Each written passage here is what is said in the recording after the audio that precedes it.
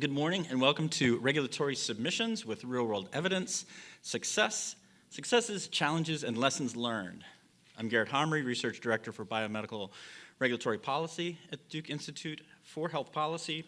Very excited to welcome you all today for this hybrid public meeting. It is a big one. I believe it's about 4,000 folks online, a couple hundred folks registered in person. We're convening this both with Duke Margolis and the U.S. Food and Drug Administration. We've got a few anchors for today. All right? We're using, in part, the 21st Century Cures Act of 2021, which brought to the forefront and formalized lots of real-world data and real-world evidence concepts that so many people here and online have been working on for quite some time. We're here, frankly, to examine the progress in incorporating these concepts into regulatory policy submissions. I feel like I might be doing this all day long today for a couple different reasons. When getting ready for the meeting, it really always is quite fun to review the amount of RWE guidances that have been promulgated over the last many years between 2016 and now. But what we've all, I think, been quite excited for is the rubber meeting the road with incorporating real-world evidence for regulatory submissions and decision making. And that's really what the focus of today is going to be. The Duke Margolis Institute for Health Policy is part of Duke University. As such, sorry, I always struggle with this in the beginning. As such, it honors the tradition of academic independence on the part of its faculty and scholars. Neither Duke nor the Institute take partisan positions, but the individual members are encouraged to speak their minds and express their opinions regarding important issues. Additionally, while Duke Margolis is convening this workshop under a cooperative agreement with the U.S. Food and Drug Administration, the presenters, speakers, and panelists do not necessarily represent the official views nor an endorsement by FDA, HHS, to the U.S. government. I'll review our exciting agenda today in just a moment, but first I want to lay out some logistics. Attendees are encouraged to contribute to the event through the audience Q&A. And we can do this both in person or virtual attendees. There's a virtual Q&A function through Slido software, which will pass questions along to the moderators. QR code will be brought up in just a moment. For in-person attendees, there will also be a live mic runner available during the designated Q&A sessions. Both briefly, I think it might be a little difficult during the use cases, but we are going to try because we're trying to cram in so much for those sessions, but also after lunch during session 2 and beyond. We in the FDA want to make sure these discussions are engaging and responsive. We want this to be a dialogue. So please don't hesitate to submit questions. As a quick reminder, all meeting materials are also available on the Duke Margolis event website. Pretty immediately after the event, all presentations materials will post and a recording within a couple days. So again, if you would like to, please take a moment to use your phone to scan the Slido QR code on the screen to join the Q&A, or go to slido.com using hashtag useRWE. This QR and hashtag will also be available as we transition between use case presentations and panel presentations, as well as when we move to the audience Q&A. So you'll be able to join at points later in the day as well. Also, frankly, for those of you in person, I always encourage use these minutes in between sessions, lunch break, before and after. Take advantage of every minute that we have together for dialogue, for sharing of opinions, expressions, asking questions, etc. On to the agenda. We'll begin today with opening remarks by the FDA. Afterwards, we'll hear 2 presentations from the FDA, one on the PDUFA VII requirements, another anchoring frankly, date and set of events in the Advancing RWE program. The second will be on MDUFA V requirements. We'll then move into our first 2-part session, successful case studies utilizing RWE for regulatory submissions. 4 use cases will be presented in this session, with 2 use cases in session 1A and 2 in session 1B, separated by a 15-minute break. For each use case, again, forgive me, I'll be doing this all day. For each use case, there will be a presentation from a sponsor and the presentation from the FDA.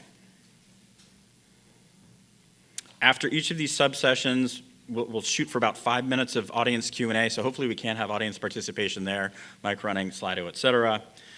After session 1, we ask that the questions during these early sessions be use case specific, as broader pan-use case topics will be addressed in session 2 this afternoon. After session 1B, we'll take a 70-minute break for lunch, reconvening after.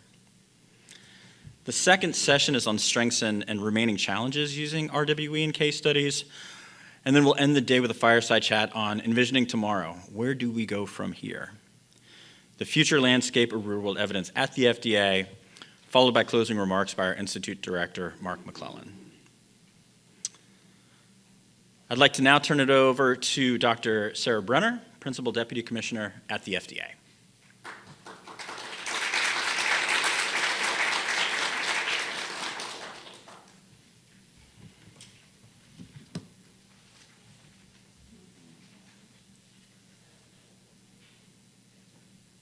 A little bit of trouble with the audio connection, so I just want to make sure before I start, folks can hear on that side? I think that's a yes. Okay, somebody just throw a shoe across, like, because I can see the podium in case we're not coming through. Well, this is so exciting, and I am thrilled that I was invited to join you briefly. I wish I could be there downtown today. I need to be in White Oak, but I know you have a very exciting day of conversations lined up. So I very much look forward to hearing from my colleagues who are there when they come back, and we have all kinds of interesting and fun tasks to get busy on. So at FDA, our work is guided by two principles. Well, more than that, but relevant to today: gold standard science and common sense. This conference reflects both. It's a chance to look at how real-world evidence has already informed regulatory decision-making across the agency, and how each of our centers aspires to expand its role in the years ahead. So throughout the day today, you'll hear from centers across FDA. They'll share their experiences with real-world evidence and their vision for the future. For folks who I've worked with in the past, you know, I've been at FDA for over 6 years, most of that in the device center. I was on the COVID response, worked a lot on real world data, including supporting the response at the national level, architecting data systems to look at COVID-19 diagnostic data, and then built a diagnostic data program focused on leveraging real world evidence and data, especially post-market, but also for pre-market review for IVDs. So this is a topic that's near and dear to my heart. And, you know, at some point in the future, I look forward to going down a lot of those rabbit holes in terms of the lessons that we learned in that program, and how I think they might or might not apply to agency-wide initiatives that we're up to now. So the conversation resonates also deeply with the MAHA strategy report and what the administration and what our leadership is doing at FDA. This highlights national priorities in pediatric health, mental health, allergy, nutrition, rare diseases, health equity, and AI. So the themes you'll talk about today align not only with FDA's priorities, but also those across the department. Real-world evidence and data provides a bridge across many different types of initiatives. So there's three I'd like to kind of high-level categories I'd like to talk about today that we're spending quite a bit of time focusing on in the OC, in the teams that we have across the centers that are cross-collaborating. And those have themes that I know you'll talk about with various stakeholders today. One is harnessing big data. So we're calling for a deeper understanding of, with the MAHA report and other strategies at FDA, pediatric health, chronic conditions, and disparities. Real-world data allows us to analyze large, diverse health data sets in real-world settings, helping FDA identify treatment patterns, safety signals, and gaps in care that clinical trials or regulatory conventional data submitted to FDA might not fully capture. The second main theme is accelerating cures. We're emphasizing faster and more equitable access to therapies, especially for rare diseases and vulnerable populations. Real-world evidence can complement clinical trials to provide the additional evidence regulators need, enabling FDA to bring safe and effective treatments to patients sooner without sacrificing scientific rigor. I'll also add one of my very strong interests is in capturing data in real time and understanding the performance of medical products on market once they're on market, once they've been rolled out to a broader population. The last point I'll mention is unleashing AI, and you might have heard about some of our initiatives there. But MAHA highlights AI as a driver of innovation. When applied to real-world data, AI and advanced analytics can generate insights more efficiently, support modernized review processes, and even open the door to innovative methods such as AI-based modeling to predict things like safety and effectiveness. That doesn't replace reviewers, it doesn't replace FDA staff, and we're not ready to rely completely on modeling, but we can use these tools and techniques to supplement and amplify our person power and our brain power, both pre-market and post-market. Well, today's meeting will take on many different turns, I'm sure, and there are several different perspectives that'll be presented. These themes that I mentioned are likely to surface across the day's events, and we're looking forward to showing how FDA's use of real-world evidence connects directly both to our agency's priorities and the nation's broader health strategy. The goal of the meeting is to not only take stock of what we've achieved, but to look forward, to learn from one another, to understand each center's aspirations, and to chart a path toward a more agile, modern FDA that delivers on the most promising and pressing health needs of our nation. So there are a few different initiatives that I know we have staff there that are ready to engage on. They include FDA Real World Evidence Accelerate, which is an agency-wide working group comprised of members from all centers, including the Commissioner's Office, that will jointly develop a strategic framework designed to connect real-world data evidence efforts across the agency and provide a unified approach to addressing the multifaceted challenges associated with these new types of data. The primary objectives of that initiative are to enhance cross-agency collaboration and communication on real-world evidence, potentially addressing existing policy and regulatory science knowledge gaps, including identifying where consistent approaches to incorporate real-world data and evidence into regulatory decision-making can be leveraged. And that's especially important to engage the community and stakeholders in that regard, because we need to be informed with regards to what's practical, what's implementable, what's pragmatic, and then we'll take that back and understand how new and different types of data can be used to supplement existing more traditional types of data that are submitted to FDA. And it's worth reevaluating the bars for those as well. The other project that I'd like to mention, you'll hear more about today, is Sentinel 3.0 and knowledge gaps regarding medical products performance in broader populations in the post-market space. I mentioned that previously, but looking ahead, the agency anticipates the development of a 3.0 Sentinel system, an agency-wide post-market surveillance platform that will potentially broaden the application of real-world evidence by evaluating post-market effectiveness and medical products across very heterogeneous and larger, more diverse patient populations. This is really exciting. We haven't taken an approach like this, quite like this before. I'll say we've had a lot of different initiatives over the years, but we're looking at ways to modernize our systems and do that in a way that integrates efforts and learns from best practices that different centers have moved out ahead on. Of course, the medical products we regulate are diverse. We regulate about 20% of the gross domestic product, including foods. And so we're looking at foods, veterinary products, our inspectorate, of course, our devices, drugs, and biological products. We have an opportunity here to take a fresh look at how we're utilizing data and architect systems that can be better utilized by our frontline review staff. I'll close on one additional comment that I want to make, and that's about FDA's use of evidence across the total product life cycle, which is a term that we used in CDRH. It means from the beginning of innovation all the way to the end or the evolution of a product. We've had a long-standing sort of approach of sort of stage gating, looking at different types of evidence along the use of medical products. We're now at an era where we need to keep pace. Well, we've always been in an era where we need to keep pace with industry, but we're starting to integrate the tools and the more modernized analytics and IT infrastructure in a seamless way that helps keep pace, quite frankly, with other industries, so that we can do that in a more agile and real-time way. So these things I think are very exciting.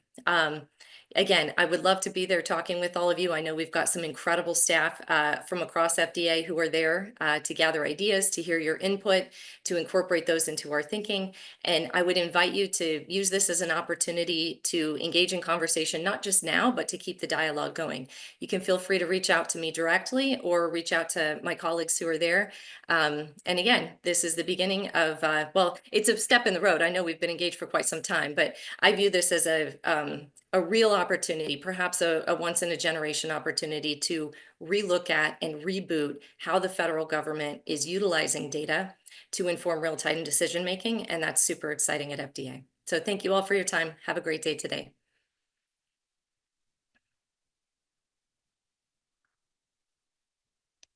Brenner. Yeah, it's almost an accelerant opportunity right now. Now, it's my pleasure to introduce Kristen Miller, Health Science Policy Analyst at the Center for Drug Evaluation and Research. She will present on PDUFA VII requirements and the Advancing RWE program. Kristen.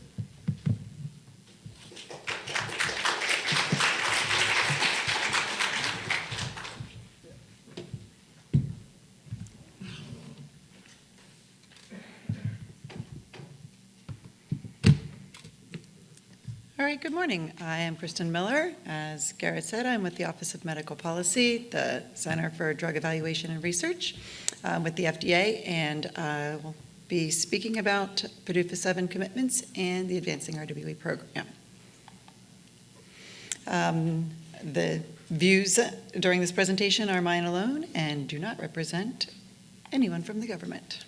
I'll start with the PDUFA VII commitments for CDER and CBER, then discuss, briefly touch on the annual reporting, and then I'll cover the Advancing RWE program, the overview, case studies, and some reasons for not accepting some submissions into the program, and then finally the impact. The 7th reauthorization of the Prescription Drug User Fee Act covered fiscal years 23 to 27 and provided a couple of commitments for the Center for Biologics and for the Center for Drug Evaluation and Research. The first one is that by the end of 2022, we would establish the Advancing RWE program. The second one is that we would, by the middle of 2024, have our first public report of annual submissions to the agency that contain RWE. By the end of this year, we'll convene a public workshop to discuss some of these use cases, and not always the federal stereotype, but here we are, so we delivered early. And by the end of next year, we will either update or generate new guidance documents using some lessons learned. So the annual report of aggregated and anonymized information on the submissions to CDER and CBER is not intended to include all submissions to FDA that contain analyses of real-world data.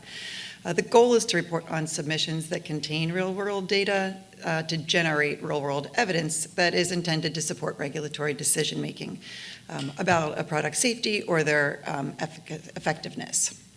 So to be included in the report, the submissions must meet at least one criterion from 3 different categories.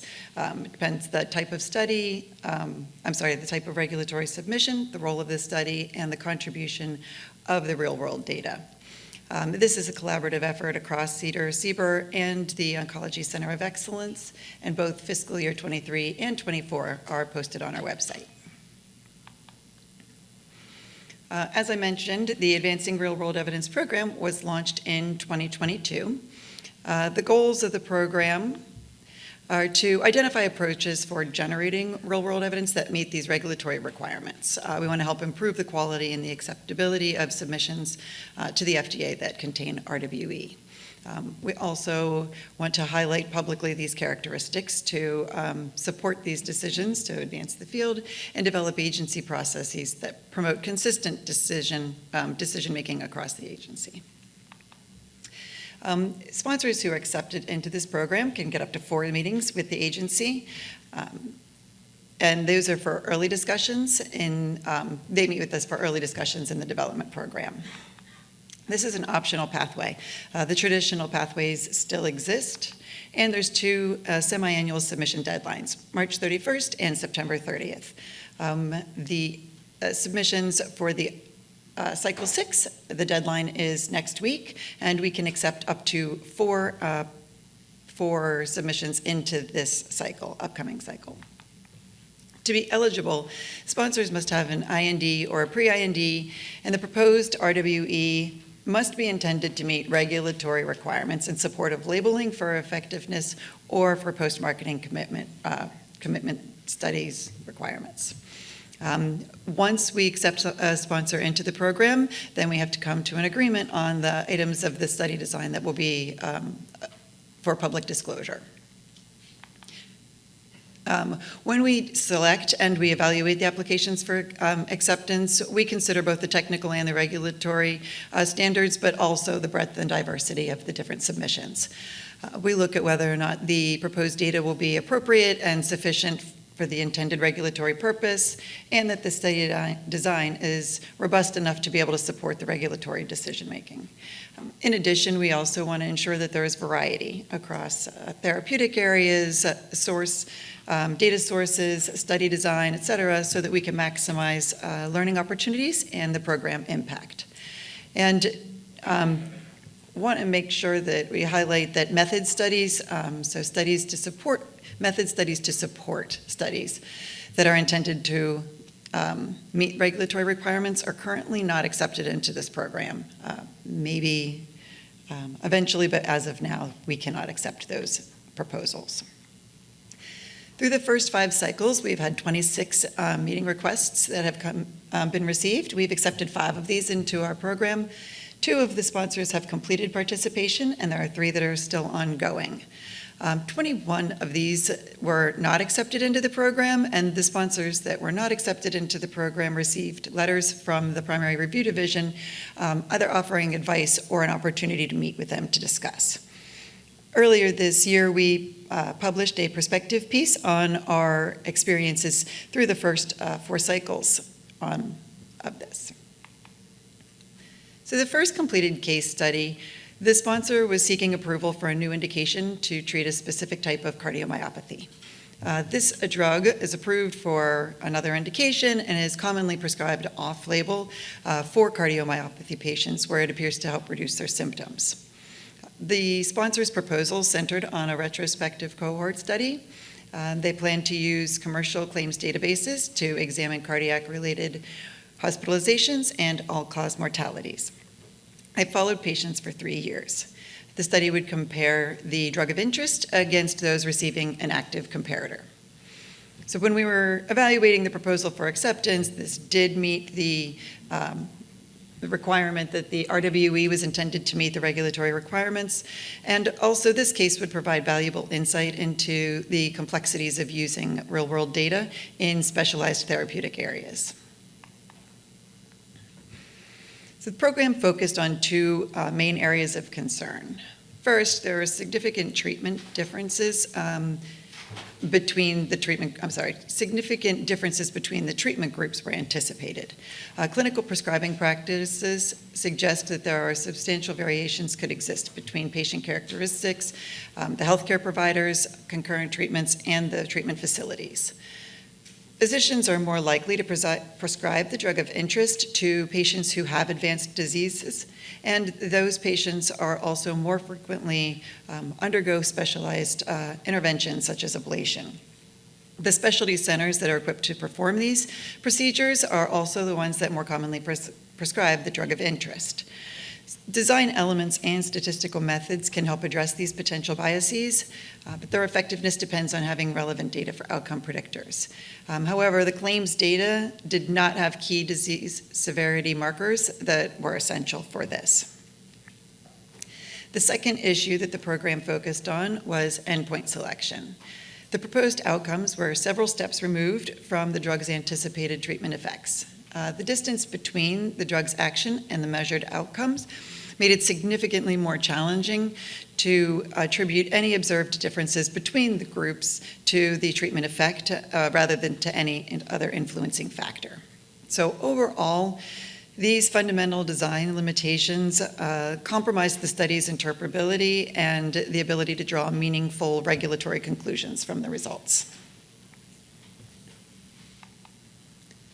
The second case involved a proposed study to evaluate clinical outcomes in children during subsequent viral seasons who had been administered an agent designed to prevent lower respiratory tract disease in the preceding viral season.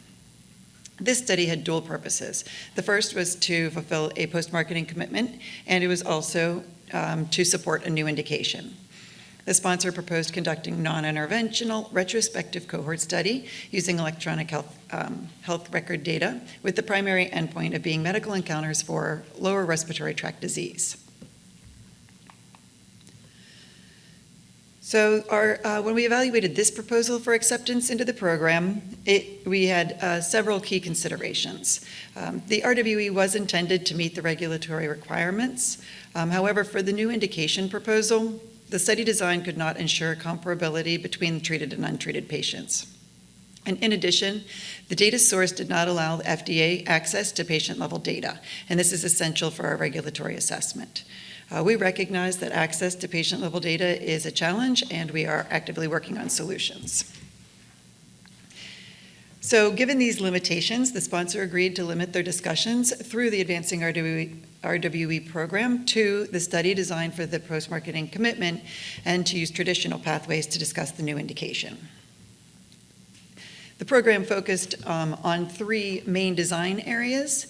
In this case, the comparisons between the treated and the untreated patients could potentially be particularly prone to confounding by factors influencing the decision to treat or not to treat. So we worked together to determine appropriate identification of and adequate capture of risk factors that could influence the outcomes. We also discussed the generalizability of the findings from their selected data source and whether the results could be broadly applicable. And finally, we discussed the selection of an appropriate index date, which is complicated by the timing gap between the exposure and the at-risk period.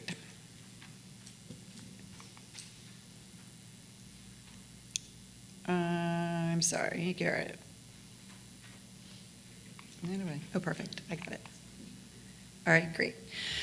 Three sponsors are still engaged in the program. One sponsor is exploring the use of a non-interventional case control study using electronic health records to extend the indication of a vaccine that is used in pregnant women to include the prevention of a disease in neonates of vaccinated mothers. Another sponsor is pursuing the potential use of a non-interventional cohort study using claims and EHR data to fulfill a post-marketing requirement to assess cardiovascular safety. And a third is using a non-interventional cohort study that utilizes claims databases to evaluate pregnancy outcomes following vaccination, and that's designed to fulfill a PMC as well. So for the 21 submissions that we have not accepted into the program, the most common reason contributing to the denial has been concerns regarding the interpretability of the study given characteristics of the disease and approaches to treatment. This includes diverse patient groups with variable clinical course, treatment regimens involving that are evolving based on clinical response, and also substantial selection bias or a considerable placebo response being predicted. The second most common is the study role in the development program. As I noted, studies that provide supportive rather than primary evidence are not able to be accepted into the program, and the methods development or endpoint validation are also not able to be. Right now, we have other avenues which are able to be used for those, such as BAAs or CERCs for the methods development. The last primary reason is that there are better suited for engaging with the primary review division through established pathways. These are, if the sponsor has already been engaged with the review division and receiving feedback, then continuing through that process is recommended. And randomized trials designed to mimic real-world use as well. A few other additional reasons are the need for additional clinical or preclinical safety data, scientific rationale gaps, or data source limitations.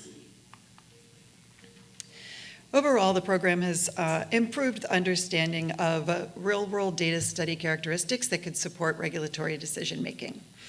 This also has enhanced sponsor engagement, allowing for constructive feedback, not just from the primary review divisions, but also from across the agency to enhance submission quality. Sharing our case studies publicly helps to clarify the acceptability of different types of data sources and study designs. And it fosters substantial learning about the RWE challenges and solutions through cross-center collaborations and promotes consistency in evaluating real-world evidence submissions. Additionally, established pathways remain, and more regularly incorporate RWE discussions into routine development programs. So the program has successfully improved how the FDA approaches real-world evidence, advancing the field regardless of the specific interaction through this. There are links to additional resources to our annual reporting, the Advancing RWE program, and our real-world evidence website. And for any questions, feel free to reach out to CEDAR-RWE. I'd like to thank everyone who's participated in the Advancing RWE program and all my colleagues across the center. Thank you very much. 5 seconds.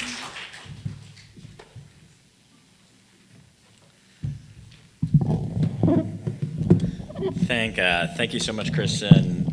Lots of interesting things that we could pick up on from there, but it was particularly nice, I thought, to see some of the reasons for the denials, and would love to think about, say, 3 years from now, what those numbers might look like differently if we all continue to partner as much as we're trying to do, but really appreciate the level of specificity. Up next, Rebecca Torgerson of Evidence Generation, the Office of Clinical Evidence and Analysis at the Center for Devices and Radiological Health. I guess I'll jump out first.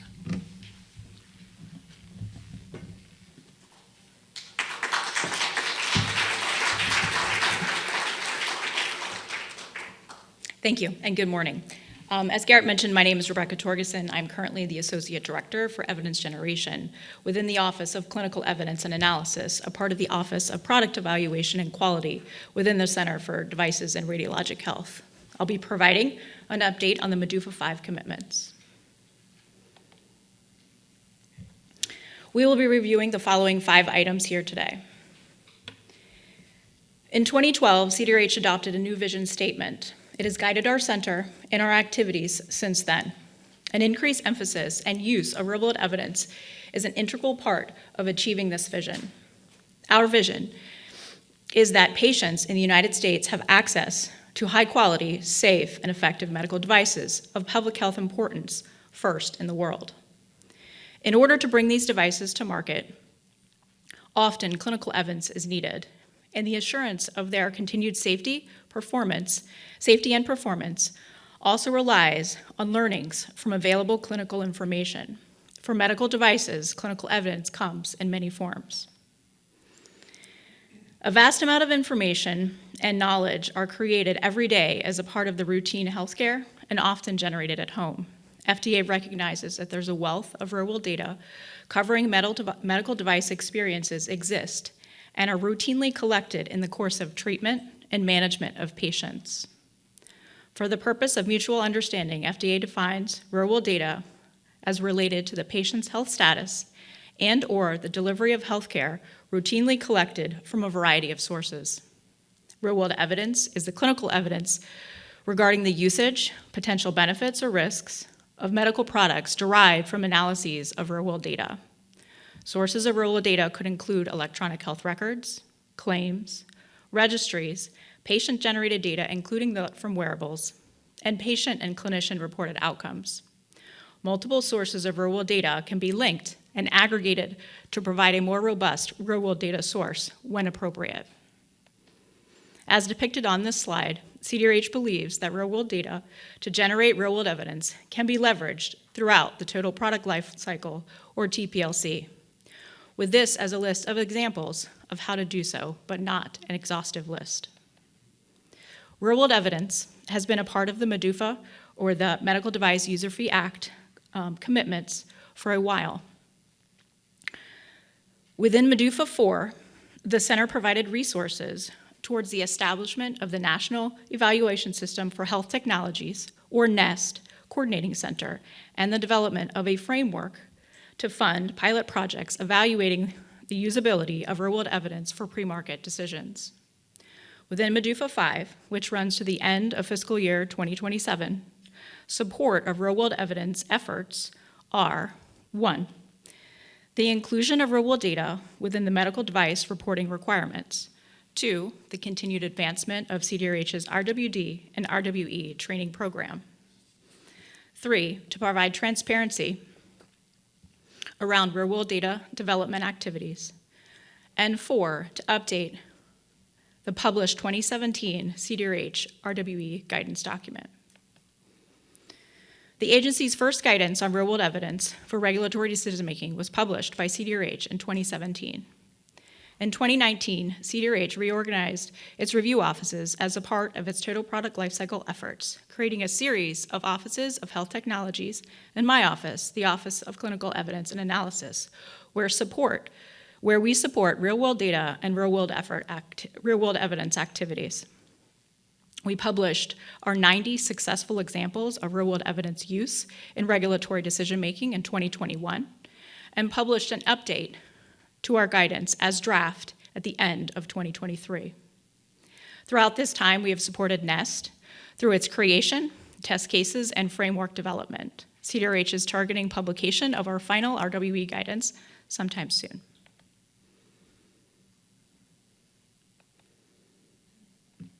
Moving on to the first of our 4 topics around RWE within the MDUFA V commitments. FDA has done a lot of work to increase the predictability and clarity for sponsors planning to conduct real-world data studies. Our medical device reporting regulations require that medical device manufacturers submit a report to FDA when they become aware of serious adverse events, death, and certain device malfunctions that could potentially be related to their device. Each event is typically reported in one medical device report, or MDR. The analysis of a single data source could result in becoming aware of a large number of reportable events. It is not informative nor efficient for manufacturers to submit or for FDA to review a large bolus of individual events resulting from an analysis of a real-world data set without context of the data source or the analyses being conducted. Device manufacturers have indicated via different venues that there is a lack of clarity with regards to the requirements that might be triggered when they become aware of events in the course of analyzing real-world data. In some cases, a holistic report that groups events and provides context for the reported events may increase the quality of information available to inform post-market decisions. What is our current solution?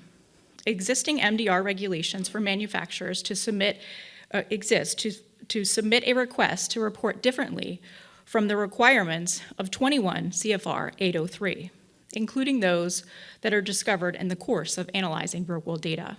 These requirements for exemptions, variances, and alternative forms of adverse event reporting should be submitted and approved before submitting a report that deviates from the requirements of the MDR regulations. To this end, we have updated the exemptions, variances, and alternative forms of adverse event reporting webpage, listing that FDA has granted such exemptions and variances in the past. The scope of such real-world data sources includes registries, electronic health records, and medical claims, and identifies information that should be submitted in such a report. Moving to our RWE staff training. We have taken a multifaceted approach around RWE training, and that is tailored to our staff needs. We have provided all staff with general knowledge of real-world data and real-world evidence principles, including specific example-based learnings in relevant device areas, and we have developed local real-world evidence experts or focal points within each of our 8 offices of health technology. Such training has included didactic trainings and experiential learning program sessions, or ELPs.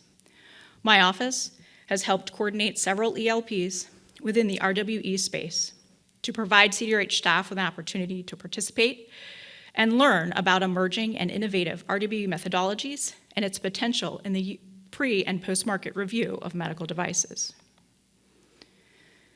We have developed CDRH RWE focal points. These identified Office of Health Technology staff are considered resident experts and help with our information exchange and improve institutional knowledge. Some of their activities include identifying RWE-specific needs. Real-world evidence relevance and reliability reviews is an important focus of this program and the primary subject of their training. I'd like to provide a brief update of NEST and their RWE program developments. As a reminder, the mission of NEST is to accelerate the development and translation of new and safe health technologies, leveraging real-world evidence and innovative research. As a part of the Medical Device Innovation Consortium, NEST continues to develop best practices to advance innovative methodologies in the real-world data space through engaging and convening with our support. They strive to identify knowledge gaps and develop strategies to address key challenges in the use of real-world data for medical device regulatory decision-making. They have brought together experts of best practices and provided consensus through 2 recently updated framework documents, one on research methods and another on data quality. CDRH has worked to increase NEST's capabilities to generate relevant and reliable data to support pre-market regulatory decisions. Here are 2 that are listed as examples.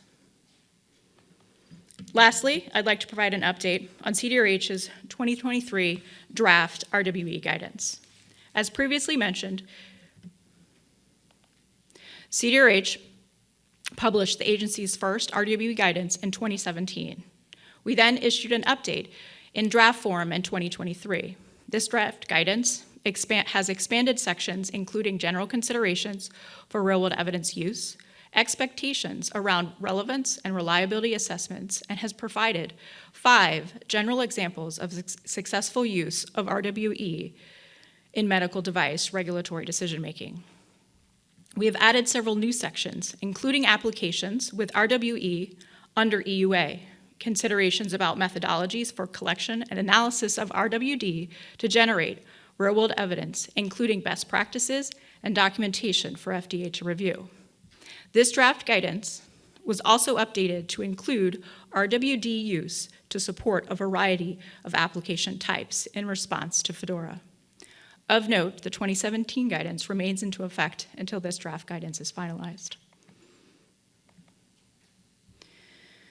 These final and draft guidance have some common considerations, which include the expectation that there is a scientific rationale for the study being conducted, the presence of clear definitions around the study population being evaluated, endpoints, and treatment groups, the presence of a summary and discussion of methodological considerations, including statistical approach methods, data quality assessments, addressing missingness, data accrual, and data curation. In conclusion, real-world evidence is important in the regulatory decision-making throughout the total product lifecycle. Today, I've provided an update on the following 4 RWE areas. First, CDRH has updated its website for clarity around reporting exemptions for real-world data sources. Second, we continue our efforts in our RWE training activities for CDRH staff. And third, transparency around RWE programs, including NEST and today's public meeting. And lastly, with our update to our 2017 RWE guidance published in draft form in 2023. Here's a list of resources, and thank you for your attention.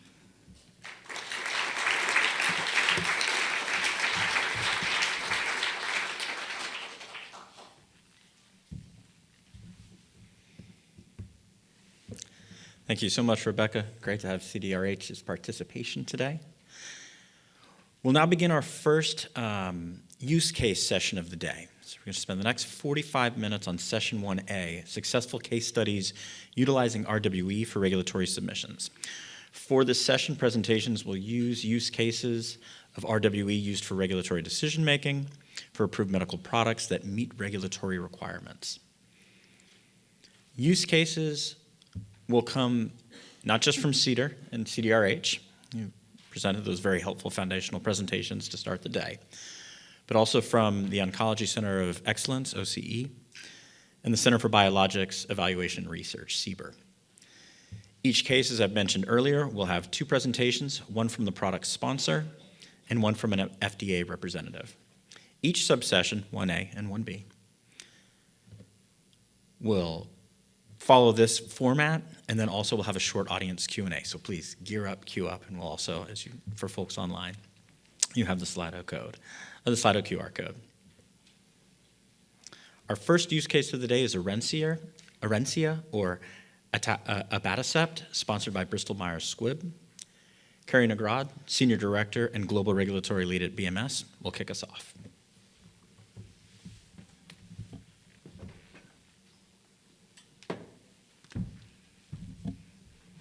Hello, everyone.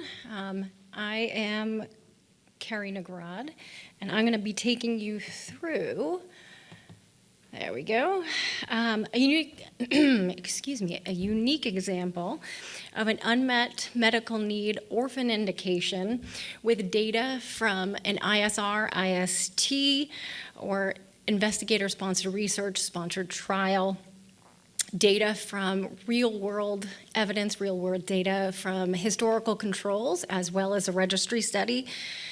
We used extrapolation down to age 2 via modeling and simulation to support a prevention indication for an indication in the Orencia label. With also breakthrough designation and Project Orbis, essentially kitchen sink for regulatory speak. This is an example of some stellar data with great collaboration with our ISR PI, as well as a wonderful communication with the FDA. This example is essentially a unicorn, but I hope that folks can glean some information that can help you in your development programs moving forward. So to level set, I'm going to give you an introduction to Orencia and acute GVHD prevention. First and foremost, Orencia, or abatacept, or what we lovingly call ABBA at BMS, is a T-cell modulator, and it binds and inhibits proteins that are involved in co-stimulation, thus inhibiting full T-cell activation. It comes in sub-Q and IV presentations. This study that we're going to be talking about was only conducted with the IV formulation. Allogeneic or immunologically incompatible hematopoietic stem cell transplantation, or HSCT, is a treatment for hematologic diseases. It's an infusion of immune cells that can develop into all different types of blood cells, including donor T cells. Acute graft versus host disease is exactly what it sounds like. When the donor T cells recognize the patient's healthy cells as foreign and they begin to attack healthy tissues and organs, and this can happen to as many as 70% of patients that receive stem cell transplants. And this is especially problematic for patients with no perfect match, so non-European descents, so higher risk to racial and ethnic minorities in the US and the rest of the world, because these folks have difficulty in finding appropriately matched donors. Now, to go through the data that supported this approval that happened in December 15th of 2021, and the indication that was approved is for the prophylaxis of acute graft versus host disease in combination with CNI and methotrexate in patients 2 years of age and older undergoing an HSCT from a matched or one allele mismatched donor. And the supporting evidence is provided from a phase 2 pivotal ISR that was conducted by Dr. Leslie Keene, currently at Harvard, Dana-Farber Boston Children's, as well as a retrospective, prospective observational study in our 7 of 8 or mismatched unrelated donor cohorts. Now, the ISR study was conducted to determine the impact of abatacept on the evidence of early severe acute graft versus host disease when added to a standard GVHD prophylaxis regimen of CNI and methotrexate. The ABA2 cohorts in patients 6 years of age and older were in an 8 of 8 cohort, or a matched unrelated donor cohort, and this was our primary. And this was randomized 1-to-1, double-blind, placebo-controlled study in patients who underwent an HLA-matched HSCT. In the Orencia cohort, there were 73 patients, Our placebo was 69, also in the background therapy of CNI and methotrexate. And our 7 of 8, our secondaries were mismatched unrelated donors. And this was an open label, single arm study of patients who underwent a 7 of 8 HLA matched HSCT, and the N of that was 43. The endpoints in this study were grades 3 to 4 acute graft versus host disease, or acute graft versus host disease-free survival, or GFS, at day 180. And this is defined as time of transplant until severe GVHD occurs, so grade 3 to 4, or death by any cause at day 180 post-transplant. The secondaries were overall survival and GFS at grades 2 to 4, so moderate to severe. These patients were administered only 4 doses of abatacept at 10 mg per kg as an IV dose infusion over 60 minutes. On the day before transplantation, so day -1, followed by administration was on day 5, 14, and 28. I had noted that the 7 of 8 cohort was a single-arm study, and that was done because there were issues with enrollment. We actually, or not we, but the PI enrolled actually 1 patient in that cohort, and PIs were just not keen on enrolling folks just on standard of care. So it became a single-arm study, and they used the Center for International Blood and Marrow Transplantation Research, or CIBMTR. It's a registry that captures all outcome data on every allogeneic transplant performed in the US for the last 50 years, and this is required by law. And the results of this study showed that the time to event analysis or incident rates of the 7 of 8 cohorts, the mismatched unrelated donors, for the Orencia treated arm, well, the single arm, showed grades 3 to 4, GVHD-free survival, so the severe cases of GVHD at 98%, with a 95% confidence interval between 85% and 100. Grades 2 to 4, so moderate to severe, GFS at 58%, with a confidence interval of 42% and 71%. And then overall survival was at 92%, with a confidence interval of 77 and 96. The 8 of 8 HLA matched cohort, so Orencia plus standard of care versus standard of care, which was methotrexate and CNI alone. The grade 3 to 4 GFS was 89% versus the standard of care at 77%. And the Orencia plus combination of standard of care demonstrated numerically higher results compared to placebo on all other endpoints, including the moderate to severe and overall survival. Then a prospective, retrospective observational study using patients from the CIBMTR also conducted to analyze outcomes of treatment of Orencia in combination CNI and methotrexate in comparison to standard of care, similar to the patient population that was in the ABA2 study, was conducted using those patients between 2011 and 2018. I'm going to talk a little bit more about this in detail in a couple slides. Additionally, I think that is very important, I'm looking at my clin pharm person right here, is that the dose for Orencia for acute GVHD prophylaxis in patients 2 to less than 6 years of age was determined using a POP-PK modeling and simulation from data from patients 2 to 17 from this study, as well as approved pediatric populations that were already in our Orencia label. Additionally, the efficacy results with the real-world data are included in our USPI in section 14. A little bit about the US-focused GVHD prophylaxis development program began in 2011 when Dr. Leslie Keene again started her investigation with abatacept with a study that she called ABBA-1, which was a proof of concept study that then led to ABBA-2, which was the phase 2 development program.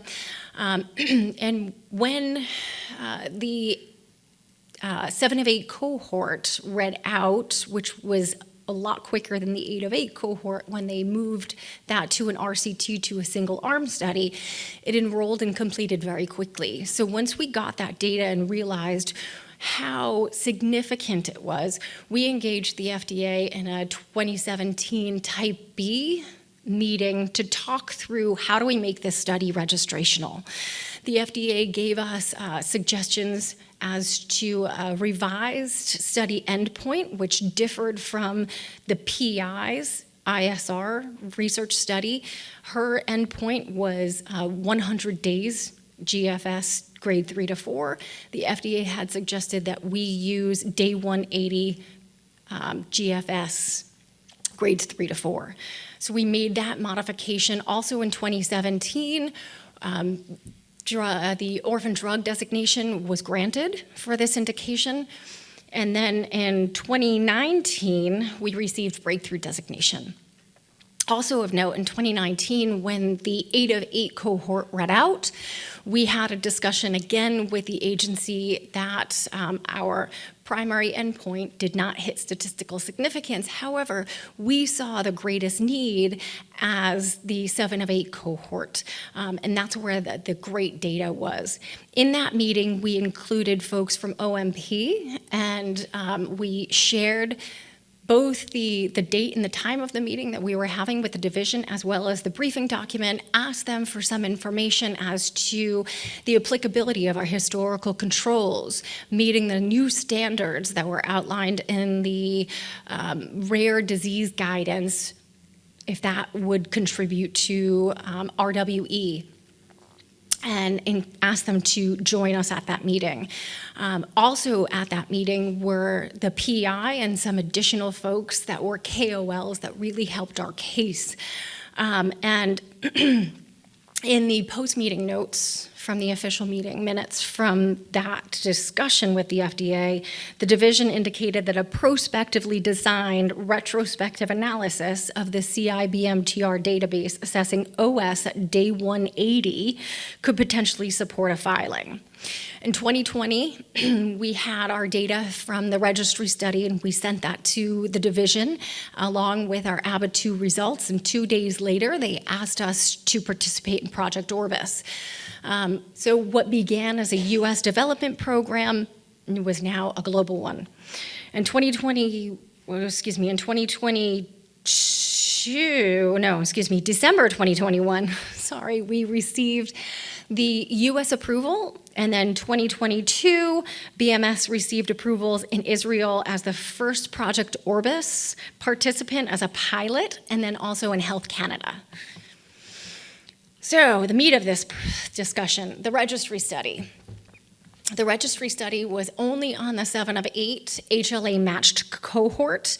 It included 185 patients from the ABBA-2 ISR, plus 31 that were given abatacept off-label, plus 216 from the CIBMTR database, which made this a retrospective prospective study.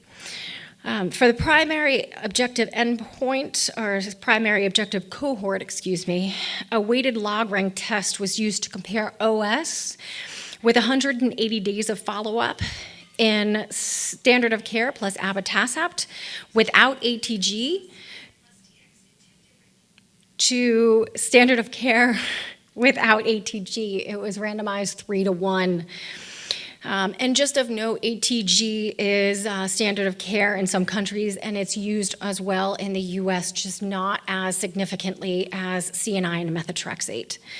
And the results of the registry study showed confirmation of the ABBA-2 7 of 8 cohort results. OS rate at day 180 in the Orencia plus combination with CNI and methotrexate group was now 98%, with a confidence interval of 78 and 100. versus an OS rate at day 180 in the CNI and methotrexate group, so the placebo group, at 75%. The p-value in the study was 0.0028, I love saying that, and a hazard ratio of 0.07. Analyses used propensity score matching and inverse probability of treatment weighing to help address the impact of selection bias. And for my final slide, just some lessons learned. I know this is busy. First and foremost, data is paramount. I'm not going to go through all of this stuff because I'm watching the clock and I'm over. But one of the main things and the drivers that we had as a development team and as researchers in general is that we wanted to level the playing field between the 7 of 8 and the 8 of 8 cohort folks. And this drug offered that for patients going through GVHD. There was a smaller but still meaningful improvement in the 8 of 8 cohort as well. The real-world evidence data source that we used in this case that I talked about, the CIBMTR, is a really rich source. It has variables that cover demographics, clinical and transplant information, including HLA typing. It includes data on every allogeneic transplantation performed in the US. Again, it's required by law. And this allowed validation of reliability by comparing to patients in the phase 2 clinical trial. There's an unmet need here, and the rarity of the condition, I believe, likely made the FDA a little bit more receptive to some novel approaches, as did the significant treatment effect. Timing here was very, very important because this coincided with the internal FDA initiatives in this area. Advocates are key. We talked a little bit about how OMP was really a main driver here, as well as our KOLs that attended some of the meetings and really gave some robust background as to the positioning that we were offering. And finally, communication. Communication is really integral here. We had multiple formal and informal agency interactions, and we were also very, very transparent in terms of what our data was and what it wasn't. So finally, thank you. And there are some references if you want to do some additional reading. Thanks, everyone.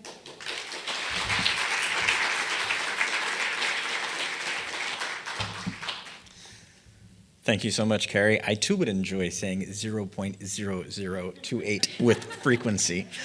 Next, we'll hear from Vijal Bhatnagar, the Associate Director for Patient Outcomes in the Oncology Center for Excellence.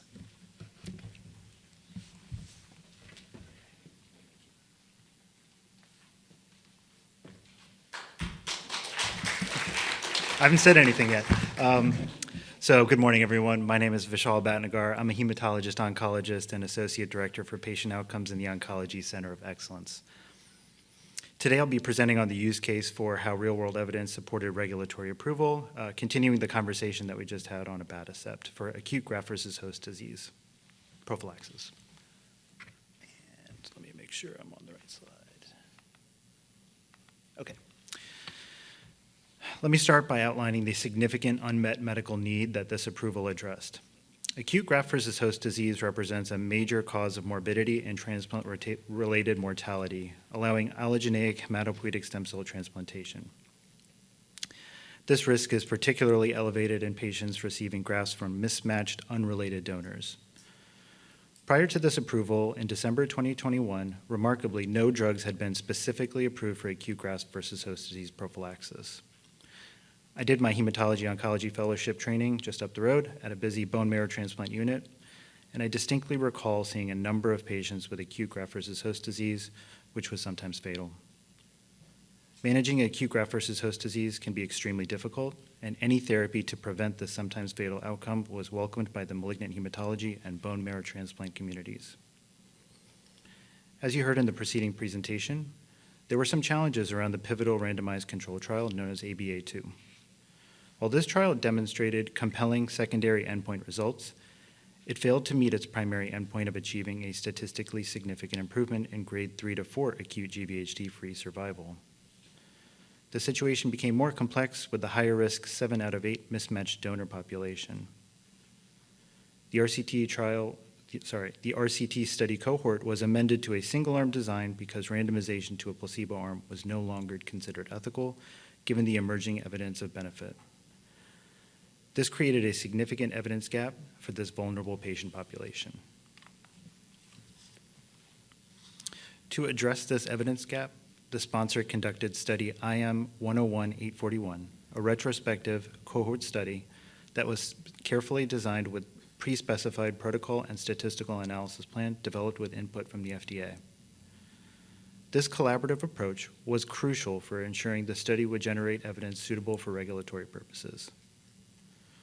The primary endpoint was overall survival at 180 days post-hematopoietic stem cell transplant in patients treated with abatacept in combination with calcineurin inhibitor and methotrexate versus those treated with a CNI and methotrexate alone.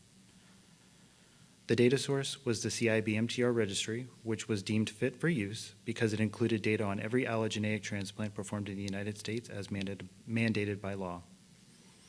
This comprehensive coverage ensured completeness of capture for the overall survival outcome, which was critical for the confidence in the results. The study population included 54 patients treated with abatacept plus CNI and methotrexate, compared to 162 patients treated with CNI and methotrexate alone. These control patients were randomly selected from the CIBMTR registry to minimize selection bias. For the statistical analysis, and as you heard in the previous presentation, the primary approach used a propensity score model that incorporated 7 key baseline characteristics. This methodology was essential for addressing potential confounding factors between the treatment groups. And as you had heard, the results from study IM 101-841 demonstrated a statistically significant and clinically meaningful improvement in overall survival. The OS rate at day 180 was 98% in the abatacept group compared to 75% in the CNI and methotrexate alone group. Looking at the specific numbers, in the abatacept group, only 2 out of 54 patients experienced that event, and representing a 3.7 event rate. And in contrast, the control group had 36 out of 162 patients with events, representing a 22.2% event rate. This case illustrates how real-world evidence can complement randomized controlled trial data. Each evidence source made a distinct but complementary contributions to the approval. Study ABA2, the randomized controlled trial, provided safety and efficacy data in a randomized, double-blind, placebo-controlled setting for the 8 out of 8 matched population. Although the primary endpoint was not met, it demonstrated compelling positive trends and clinically meaningful secondary endpoints, including grade 2 to 4 GFS and overall survival. Importantly, it established the biological plausibility of abatacept's effect on acute GVHD and provided essential safety information in the transplant context. Study IM 101-841, the real-world evidence study, served as compelling evidence of benefit by addressing the key evidence gap for the high-risk 7 out of 8 mismatched population where conducting an RCT was infeasible and ethically challenging. It demonstrated a large and statistically significant OS benefit, providing strong evidence of abatacept's clinical value. The study leveraged a fit-for-use, high-quality national registry to provide generalizable findings for the indicated population. When evaluating submissions that include real-world evidence, the FDA considers several key factors as outlined in the RWE framework. First, we assessed whether the real-world data were fit for use. This involves evaluating the quality, completeness, and relevance of the data source. Second, we examined whether the trial or study design used to generate the real-world evidence provided adequate scientific evidence to answer or help answer the regulatory question at hand. Finally, we evaluated whether the study conduct met FDA regulatory requirements and including appropriate statistical methodologies and pre-specified statistical analysis plans. In assessing the reliability and relevance of this evidence, the CIBMTR data was deemed fit for use due to its completeness, established quality control processes, and the validity of the overall survival endpoint. The study's pre-specified protocol and rigorous statistical analysis plan were critical for ensuring the evidence generated was reliable and useful for regulatory purposes. Regarding meeting the substantial evidence standard, this was achieved through the combination of the study ABA2 plus study IM 101-841. While neither study alone would have been sufficient, they together likely provided the substantial evidence required for approval. The benefit risk assessment demonstrated that abatacept provides a clinically meaningful benefit in preventing acute GVHD-related mortality in an area of high unmet medical need. The identified risks, such as viral reactivation, including CMV and EBV, were identified as requiring monitoring and prophylaxis measures as outlined in the approved labeling. So this case represents a successful use case for real-world evidence. It demonstrates that RWE can successfully complement RCT data to support regulatory approval, particularly in settings with high unmet need and ethical constraints on randomization. Several factors contributed to the success.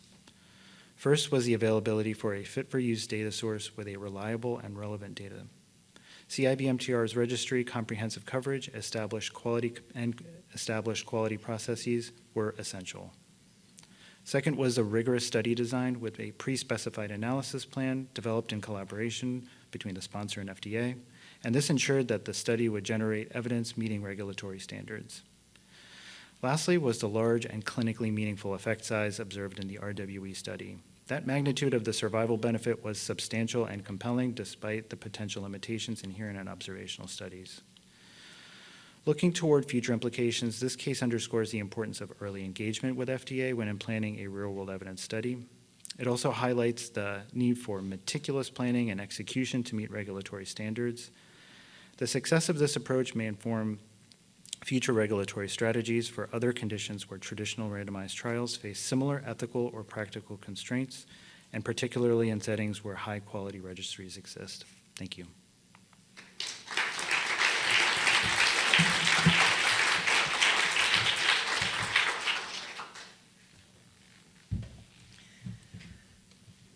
Thanks so much, Vishal. For our next use case, which comes from the Center for Drug Evaluation and Research, Nulibri, or Fosdenopterin from Sentinel Therapeutics. First, we'll have Liza Squires, medical consultant for Sentinel. Sentinel Therapeutics, I should clarify, different from Sentinel as we all often know it in this room.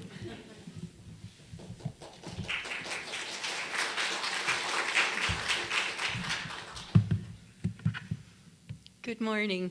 I'd like to start off on behalf of Sentinel for thanking the meeting organizers for inviting me to present the development program, which demonstrated increased survival in MOCD type A.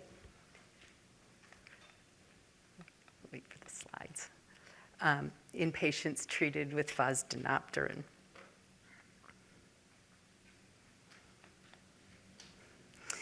Molybdenum cofactor deficiency type A, or MOCD type A, is a rare autosomal recessive inborn error of metabolism caused by a pathogenic variant in the MOCS1 gene. Its worldwide incidence is 1 in 342,000 to 1 in 411,000 births, making this an ultra-rare condition. The disease generally presents in the neonatal period, which is the first 4 weeks of life.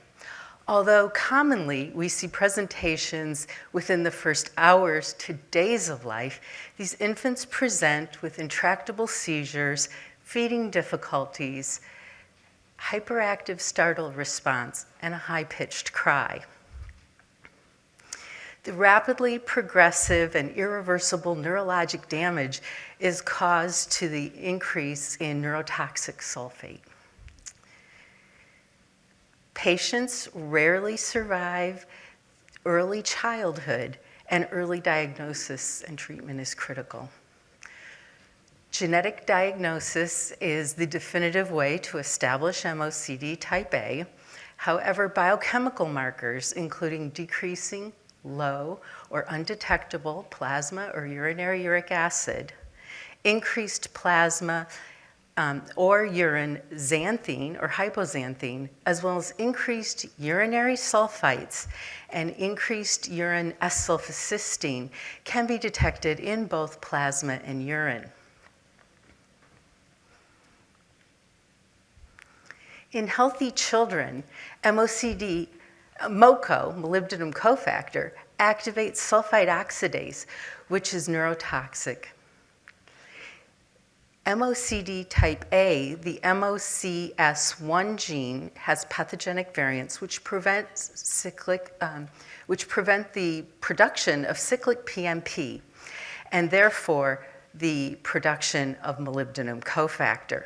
This leads to inactive sulfite oxidase, leading to increased sulfite levels and increase in S-sulfocysteine.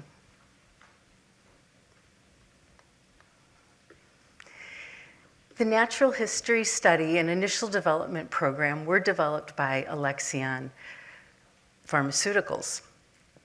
And the unique features of this natural history study included the use of both retrospective as well as prospective data from both deceased cohorts and living cohorts. The primary objective was to establish the natural history of the disease, develop a more complete understanding of the phenotype and progression, and to describe the clinical as well as the biochemical variability of the condition. Inclusion criteria included either biochemical evidence of MOCD type A or a genetic diagnosis. The disease cohort consisted of 20 patients, and the living cohort consisted of 17. 14 patients were enrolled in the prospective living cohort.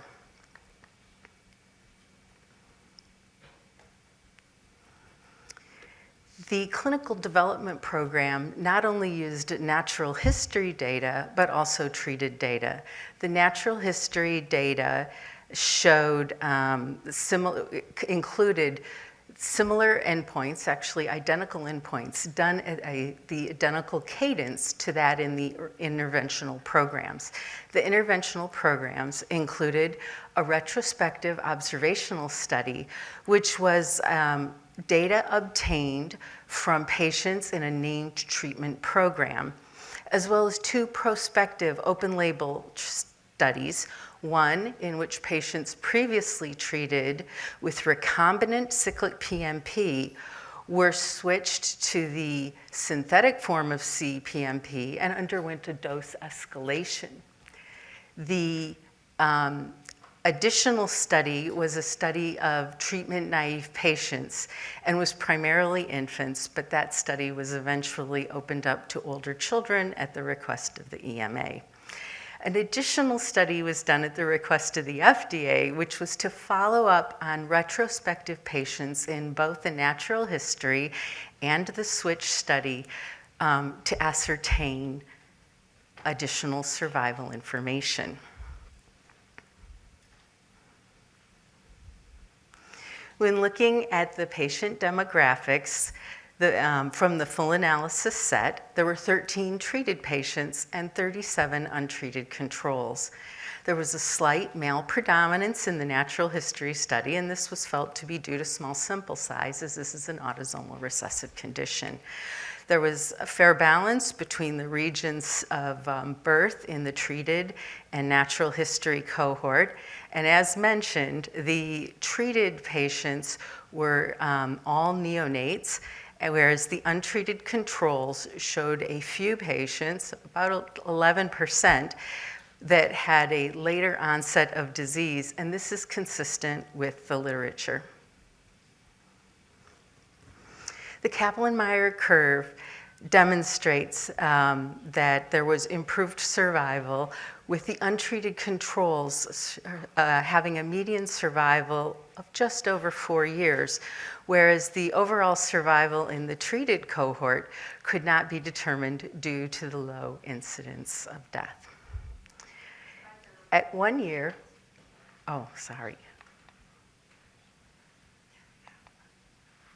There we go. At 1 year, 92% of the treated patients were living compared to 75% of the untreated controls. At 2 years, 84% were living compared to 70% of the controls. The rate of death for patients in the untreated controls was 4.5 times that of those who received CPMP replacement therapy. There we go. We also looked at the biomarkers of S-sulfocystine. And here in the treated patients, you can see the baseline level. This is pre-treatment. First value for the study was 181 micromolars per millimole of creatinine, and this is compared to 136 in the untreated controls.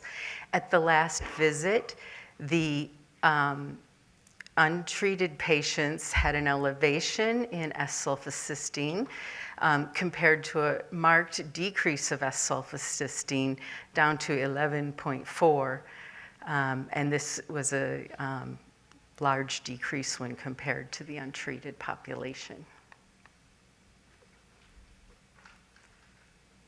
We also looked at some developmental milestones, including sitting unassisted. And in the cohort that was treated, at 12 months, 43% of the participants were sitting independently for at least 30 seconds, compared to 11% of the untreated controls. We also looked at sitting any time within the scope of the study, and this was achieved for 63% of treated patients compared to 11% of controls. Oral feeding was also evaluated. This is important for many quality of life issues as well as general overall health, because it represents the child's ability to maintain head control and have a appropriate swallowing reflex. At the end of the study, there were 54% of patients treated were able to feed orally, and this is compared to 30% of the untreated controls. Treated patients were 5.3 times more likely to feed orally at the last assessment when compared to untreated controls. Because we have discussed efficacy for fair balance, we'll talk briefly about safety. Most of the adverse events were mild to moderate in nature and were not related to the study drug. The most common side effects seen in this study were in treated patients were catheter-related complications. The drug is administered once daily by IV, as well as other events associated with childhood and with neurodevelopmental disabilities, such as viral infections, pneumonia, otitis media, and the like. The side effects for the recombinant group when compared to the synthetic group were similar. There were no discontinuations in the treatment arm or dose modifications during the study. There were 2 deaths in the treatment group in the retrospective data. One was a patient, a premature baby, who died of necrotizing enterocolitis, judged as possibly related to study drug. This child had a very complicated course. And another patient who died due to RSV pneumonia and considered unrelated to treatment. Because cyclic PMP, or Fosdenopterin, is a pterin, it can make patients oversensitive to sunlight. This was seen in our preclinical data. Patients and their caregivers are advised to avoid or minimize exposure to sunlight and artificial UV light, and to adopt all sun-safe measures, such as the use of high SPF sunscreen in children greater than 6 months of age, as well as sun protective clothing and sunglasses. If photosensitivity does occur, patients and their caregivers are advised to seek medical attention and dermatologic consultation. In conclusion, the approval of Fosdenopterin was based on the fact that patients had improved survival. There was a demonstration of decreased cyclic PMP. Treated patients showed decreased S-sulfocystine, and additional confirmatory evidence was provided by an animal model of MOCD type A. Overall, Fosdenopterin was safe and well tolerated. This example of a natural history study development plan shows that these studies can characterize ultra-rare and rare disorders. They can assist in developing appropriate disease biomarkers and allow for the ethical study of potentially life-saving treatments, and additionally facilitate the development of therapeutics in rare and ultra-rare disorders. I'm sorry, these slides aren't changing. I would like to just end with a thanks to our patients and clinical trialists that participated in this study, and also like to thank the division for working so graciously with us and guiding us through the development program. Thank you.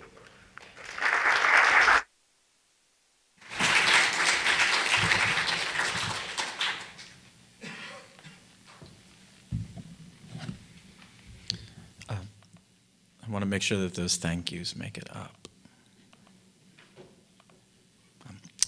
We'll cover that on the back end. Thank you, Liza, for the presentation in general. It really was nice to also have the biomarker data, the additional outcome and health metrics, and also the focus on those unique risk-benefit realities for rare disease patients. So thank you so much. We'll now hear from Catherine Pilgrim-Grayson, the FDA co-presenter on this use case, Director of the Division of Rare Diseases and Medical Genetics within CDER.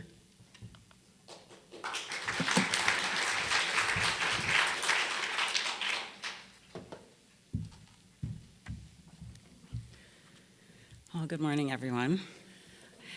Dr. Squires, thank you so much for giving us the information on molybdenum cofactor deficiency, talking about Fosdenopterin and the study results. I'm now going to turn to describing how we applied FDA's approach to the real-world data and real-world evidence in our review of this application. How come it's not going? There we go. Oop, back. So I have to give my disclaimers. This speech reflects my views and are not to be construed as reflecting official FDA views or FDA policy. I have no financial disclosures, and all of the information that is included in this presentation is in the public domain.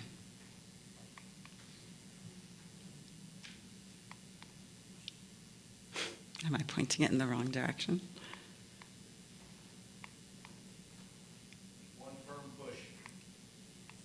There we go, thank you. That's what I needed, one firm push.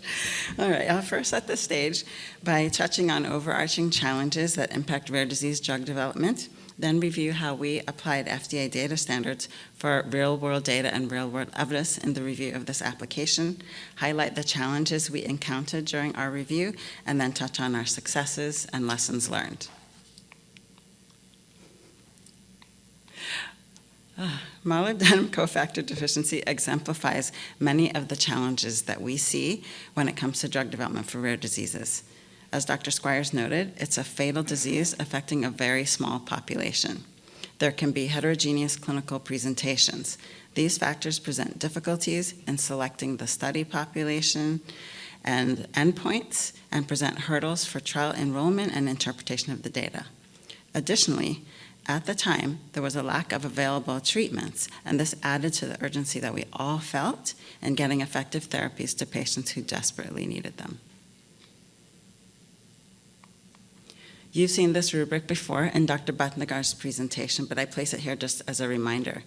The key considerations when we approach submissions with real-world data include an assessment of whether the real-world data are fit for use, whether the trial design used to generate real-world evidence can provide adequate scientific evidence that will allow us to answer the question at hand, and whether the study conduct meets FDA regulatory requirements.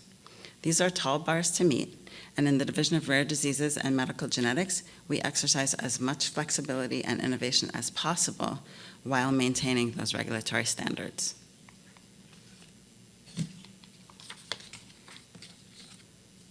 As Dr. Squires described, this was an externally controlled trial. The intervention group comprised 2 clinical studies and 1 retrospective observational study, and the control group was a prospective and retrospective observational natural history study. On this slide, I want to highlight a few key points about the studies that made up what we determined constituted an adequate and well-controlled trial. Note that studies 201 and 202 were uncontrolled, open-label, non-randomized, and unblinded, and that subjects in study 501 were a collection of patients who received the drug under individual investigational new drug applications, or INDs, or similar programs in other countries.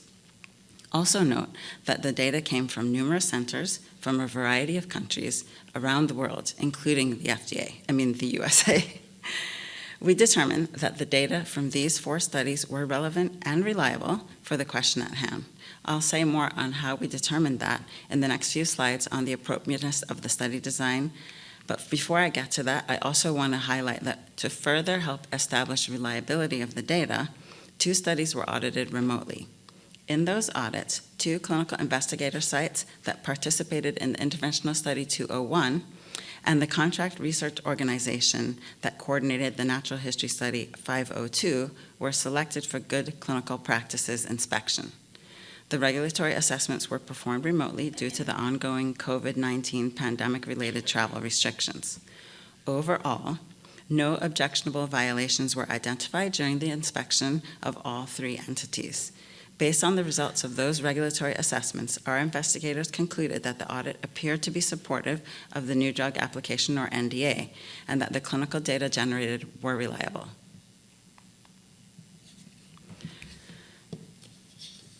So on to the study design. As we've shown, this was a creative approach. It's important to note that the drug firm engaged in discussions with the FDA early and throughout the development program. We discussed key operational challenges and worked together to keep the program going. A key challenge was that Study 202, which was originally intended to be the pivotal, adequate, and well-controlled trial, and the design of which and the statistical analysis planned for were already agreed upon with the FDA, had serious trouble with enrollment. So then we decided to talk about other approaches, and we talked about combining data from 3 studies on treated patients and comparing them with untreated patients in the natural history study.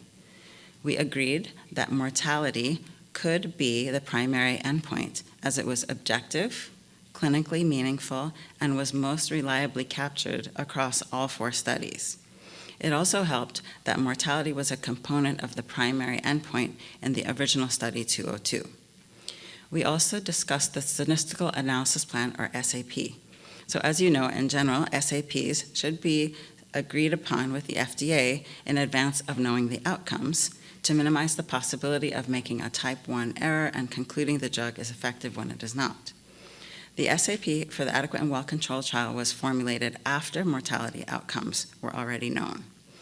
Although the efficacy analysis in this NDA was post hoc, we concluded that the overall data supported a true effect of Fosdenopterin on mortality and provided persuasive evidence that the observed mortality benefit was not due to chance. Therefore, on the study design components, so the combining the studies, selecting the endpoint, and the statistical analysis plan, we determined that the design could be appropriate for answering the scientific question. There were still other elements of the design that needed to be addressed in order to make sure it comprised adequate evidence to answer the scientific question. So it's imperative that the control group is comparable to the intervention group. In this particular case, with mortality as the primary endpoint, groups needed to be matched on characteristics that could impact survival. Here, subjects were matched on age at onset of symptoms, geographic location, time period of birth, and genotype. For genotype matching, the SAP specified that treated patients and untreated subjects should be matched on the exact mutation. If there was not an exact mutation, they could be matched with controls that had mutations expected to have a similar impact on protein function. Treated patients could be matched with one or multiple controls from the natural history study. Even after matching, there were still some baseline imbalances in characteristics between the treated and untreated groups. Sensitivity analyses were performed, which demonstrated that the overall conclusions were the same. So this consistency of results gave us confidence that the study provided evidence on the regulatory question.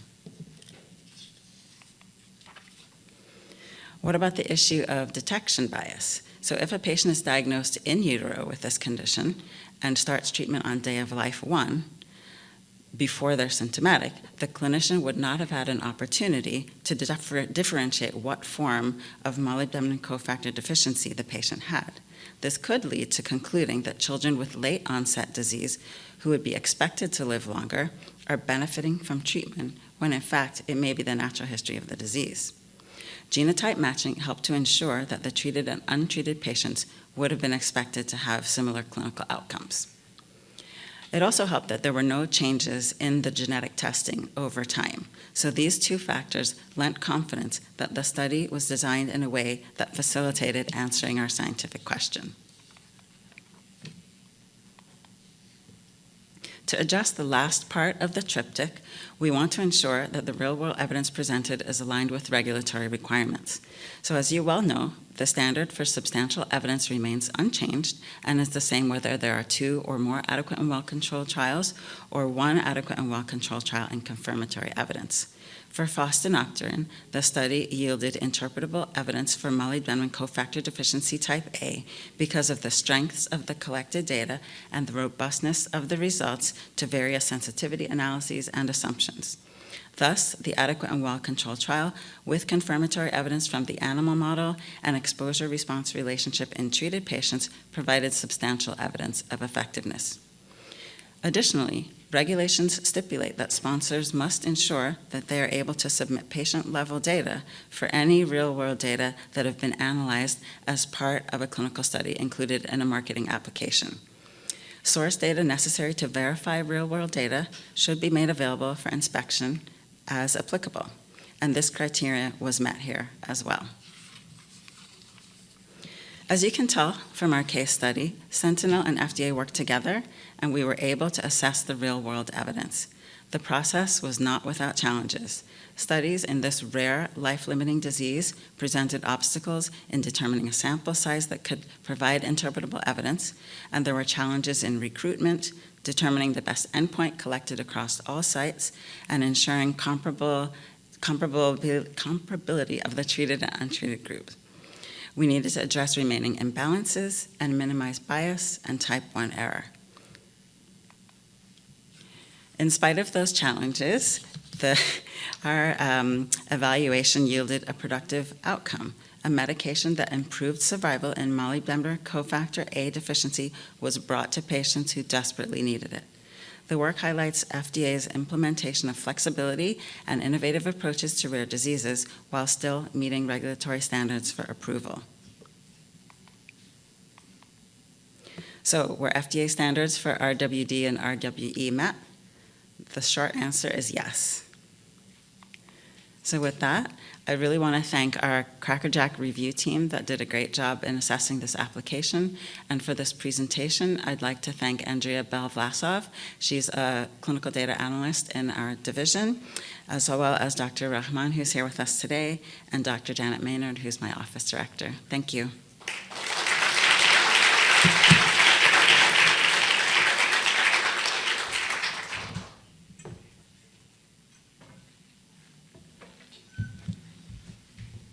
Thank you so much, Catherine, and indeed all 4 presenters for the session. The consequence of such rich and detailed presentations is that we have run into the break. So we're going to skip the audience Q&A portion for this one, go to break, Instead of coming back at 11:15, we're going to come back at 11:20. Now, for those of you that are following on Slido, questions are being received there and posted there, so you'll be seeing them. For those in the room, particularly the presenters, we'll make sure that they're sent to you afterward. Thank you so much again. Catch you at 11:20 sharp. Welcome back. Continuing where we left off. We'll begin with presentations about our third use case, Linmeldy from Orchard Therapeutics. As a reminder, you are able to submit questions. Oh, wait, hold on. You are able to submit questions through Slido. We ran over last time, so we didn't do a Q&A session, but those questions are visible on Slido, and we'll also make sure that they're shared with all of the presenters. Kicking us off will be Laura Campbell, Chief Medical Officer of Orchard Therapeutics, who is participating remotely.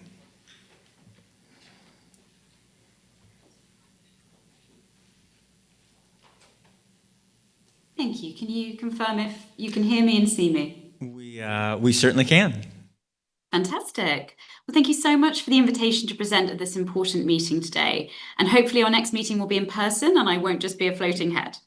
And thank you for the introduction. Yes, I'm Laura Campbell. I'm the Chief Medical Officer at Orchard Therapeutics. Perhaps we can go to the first slide if that's possible. Thank you. So just over a year ago, we received marketing approval for Linmeldy for the treatment of early onset metachromatic leukodystrophy in the US. And today I'll share with you an overview of the disease, the treatment, and of course the real world evidence that supported that approval. I will then hand over to the FDA reviewers who worked on the submission to share their perspectives on this important topic. Next slide, please. Thank you. So first of all, let's talk about the disease. Metachromatic leukodystrophy, or MLD, is an ultra-rare and fatal inherited neurodegenerative disease. Biallelic pathogenic variants in the aryl sulfatase A, or ARSA gene, lead to a deficiency of the ARSA enzyme, resulting in a buildup of toxic sulfatides, particularly within the central and peripheral nervous systems. This buildup results in devastating and progressive demyelination, neuronal loss, and degeneration. Patients experience rapid motor and cognitive decline and premature death, often by the age of 4 years old in the most severe form. On the left, we see Connie Elson with her family. She suffered from early juvenile MLD and has sadly passed away since this photo was taken.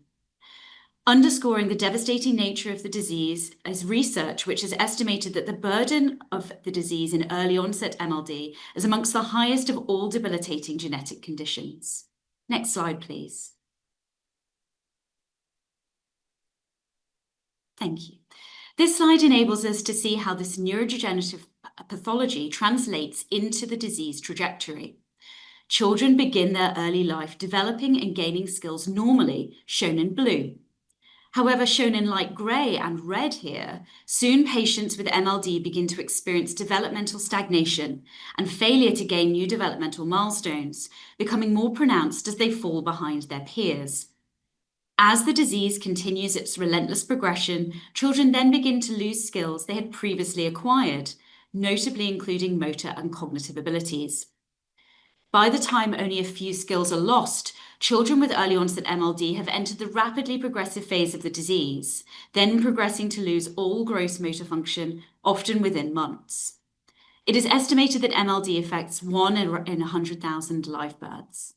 Next slide, please.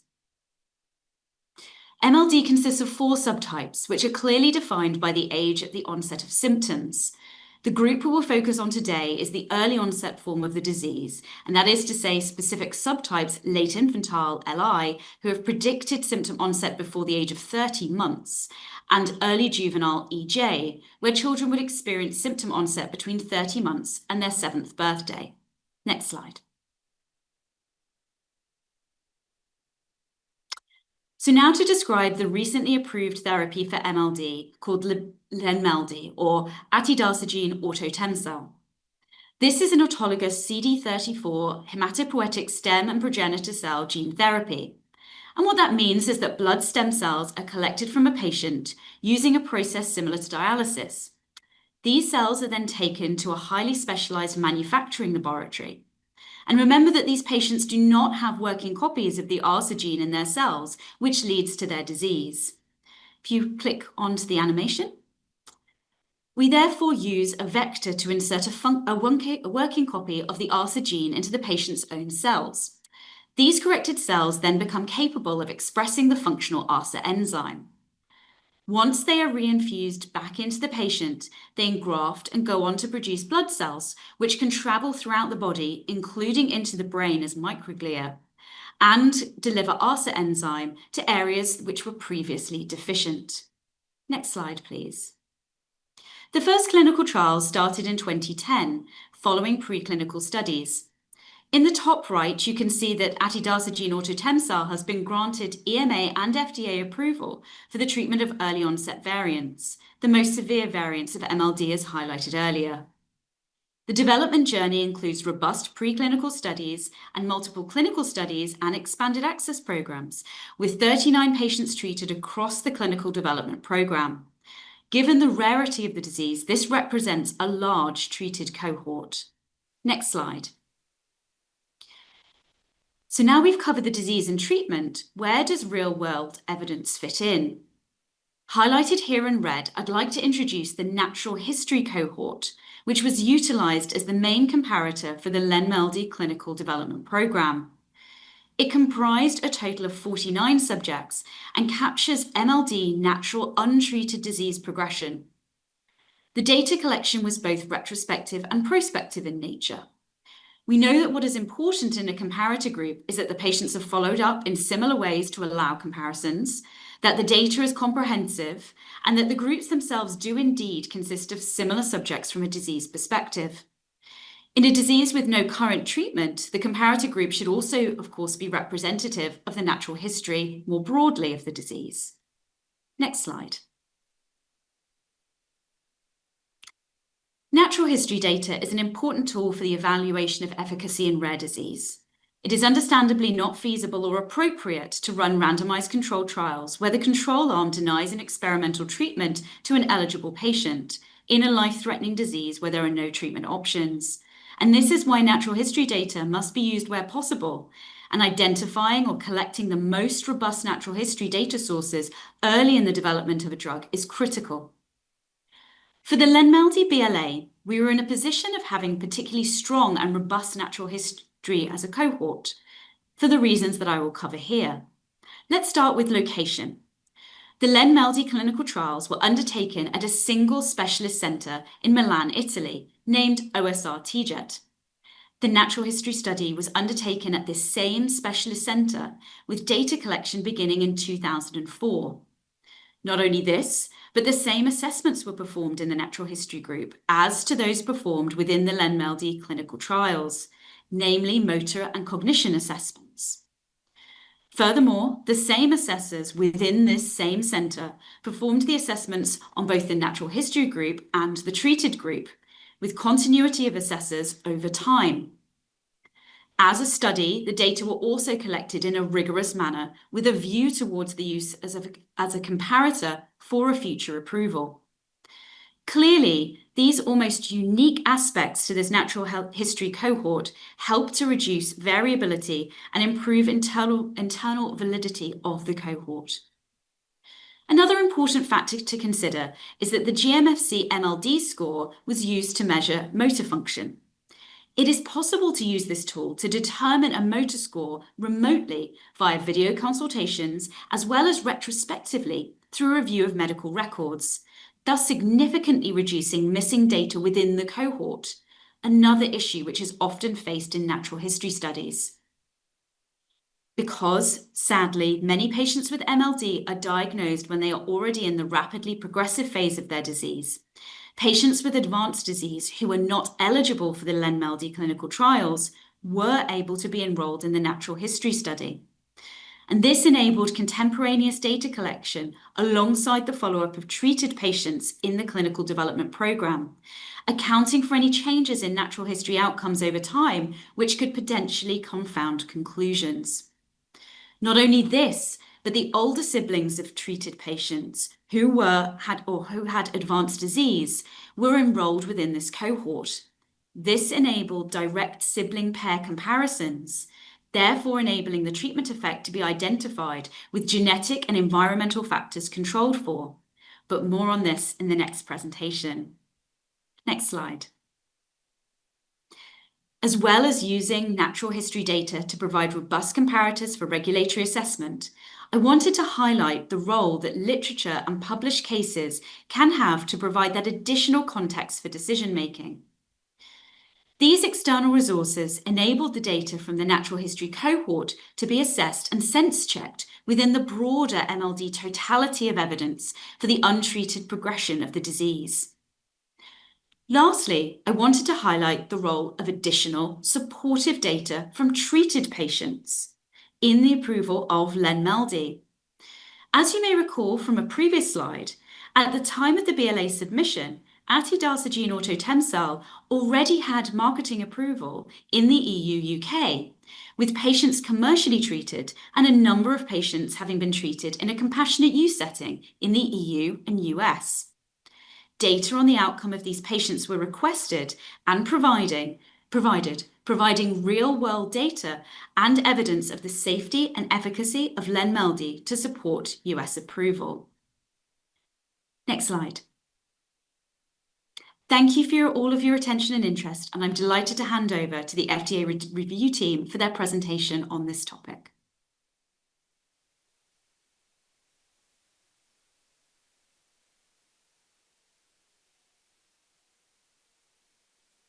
Laura, thanks so much. Yes, next up is Shelby Ellenberg, Medical Officer in the Office of Therapeutic Products in the Center for Biologics Evaluation and Research. Shelby.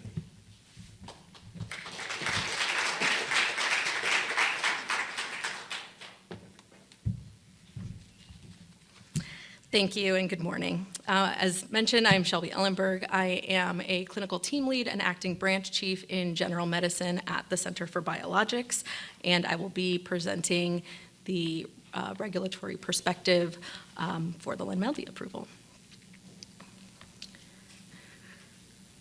I missed my disclaimer slide. I think I pushed too hard, but anyway, just quick disclaimers that this presentation represents my views and does not bind or obligate FDA. I have no conflicts of interest, and because of the complicated name of the gene therapy, I will be using the Len-MELD name, but that does not necessarily, any reference to the product does not necessarily condone endorsement. So briefly, the outline, I will go through a brief background, as you already heard a lot from Dr. Campbell, and then I will get into the details of real-world data and real-world evidence in this submission. So as mentioned, Len-MELD was approved on March 18th, 2024 in the US.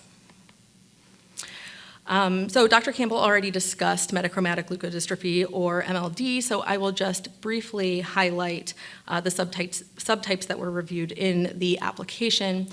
So the 3 early onset MLD phenotypes that were defined and reviewed within the BLA were the late infantile and early juvenile, and they were divided into either pre-symptomatic or early symptomatic patients. The pre-symptomatic patients were ones who had not yet developed symptoms, and these patients were identified by genetic mutations and a sibling who also had MLD. And early symptomatic patients were those who had developed early symptoms of disease, but were maintaining independent ambulation and had an IQ of at least 85. And it's important to note here that the applicant utilized an expert independent review committee to adjudicate the symptomatic status and the subtype of each of the treated and untreated patients, given that there's some poor genotype-phenotype correlation in MLD. You've already seen this slide, so I will move on to the details. I do want to highlight, as mentioned previously with another program, regulatory flexibility while still adhering to the standards for evidence because this is a rare disease. So in terms of data sources and fitness for use for the treated patients, the data came from 2 open-label single-arm clinical trials and then 3 expanded access programs, as mentioned. In terms of fitness for use, the designs of the expanded access programs mirrored those of the clinical studies. And so they also looked at efficacy and safety outcomes with similar assessments and timing of those assessments. And as mentioned, they were all done at a single clinical site. Also, baseline characteristics for the clinical trials, the patients in the expanded access were similar as well. For the untreated patients, the data primarily came from a natural history study that was observational and both retrospective and prospective in nature, including retrospective chart review and then in-person assessments that were assessed prospectively.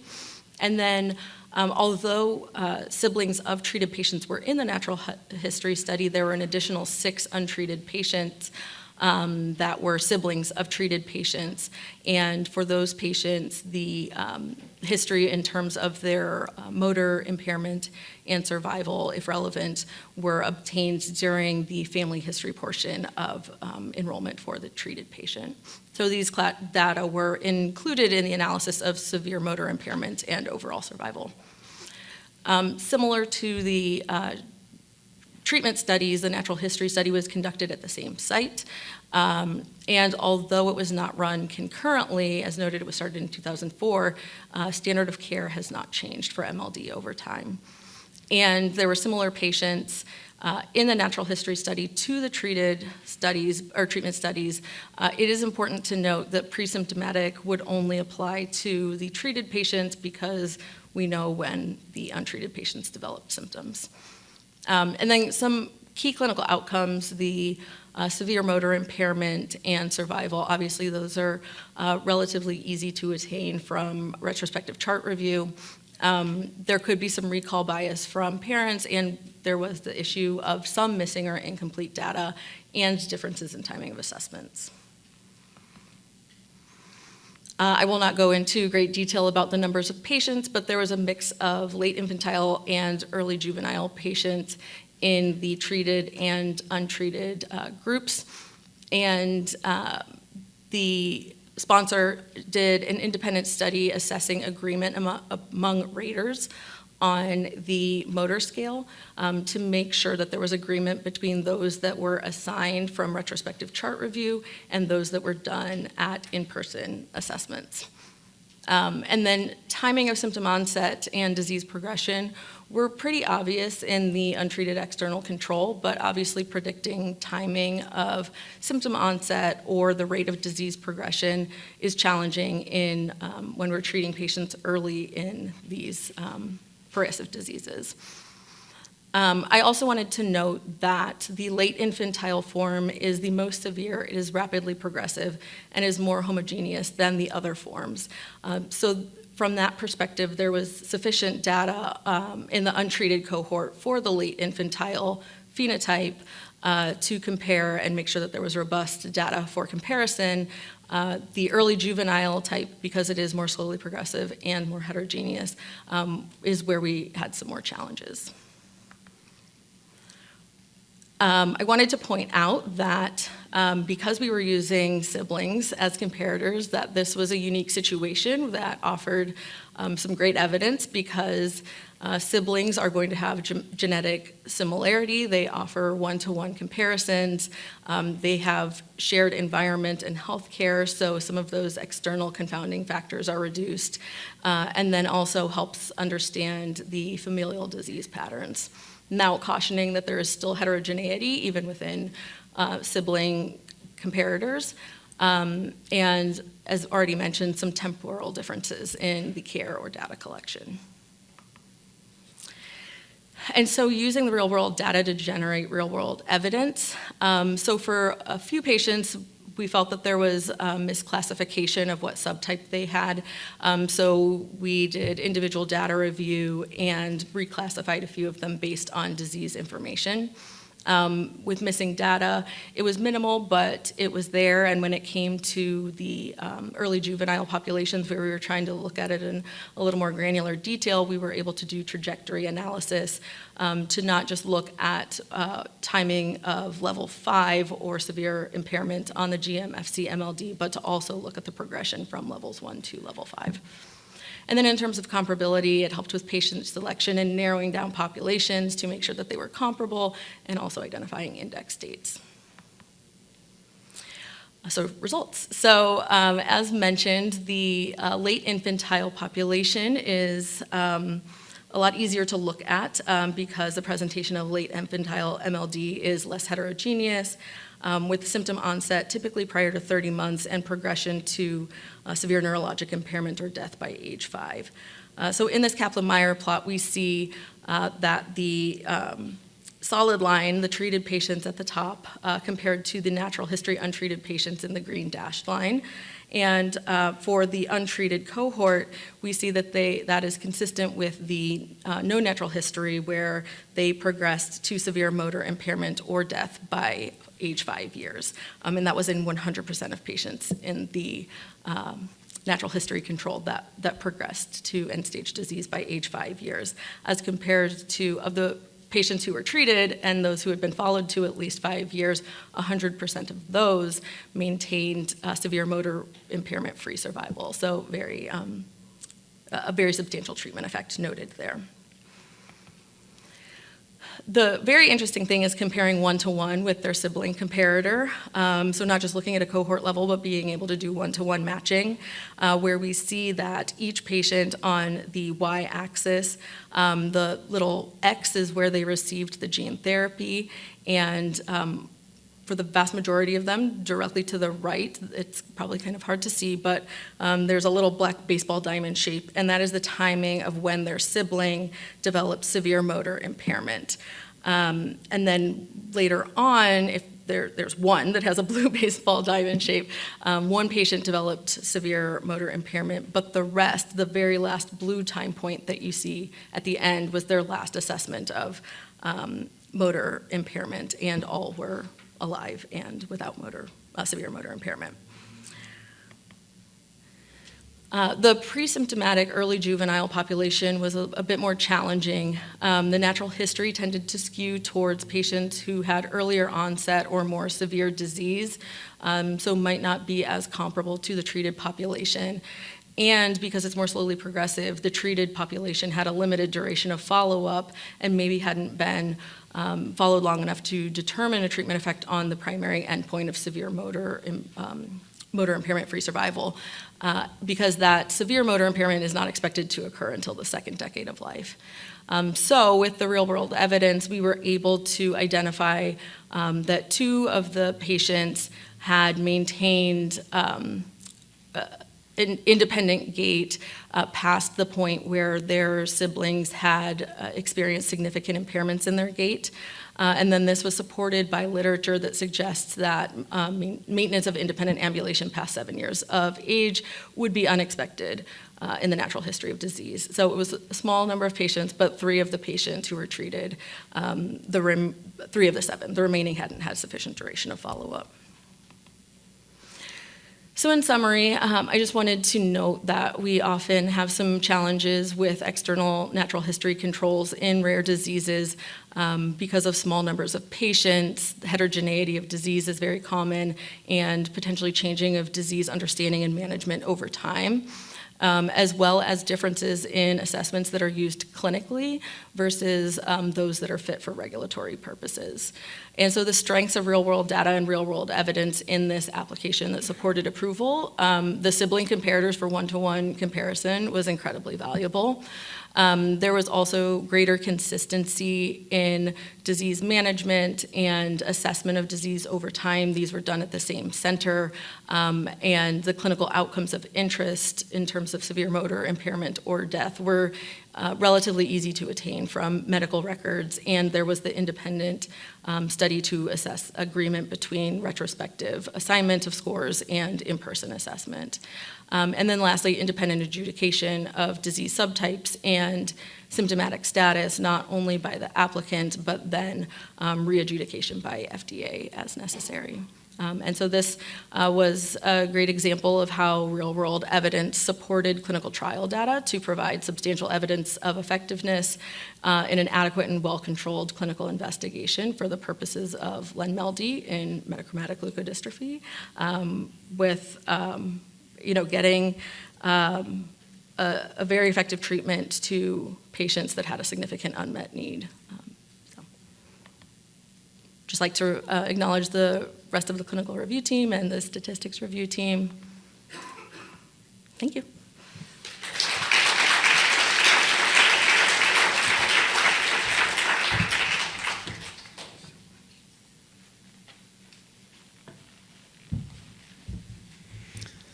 Thank you so much, Shelby.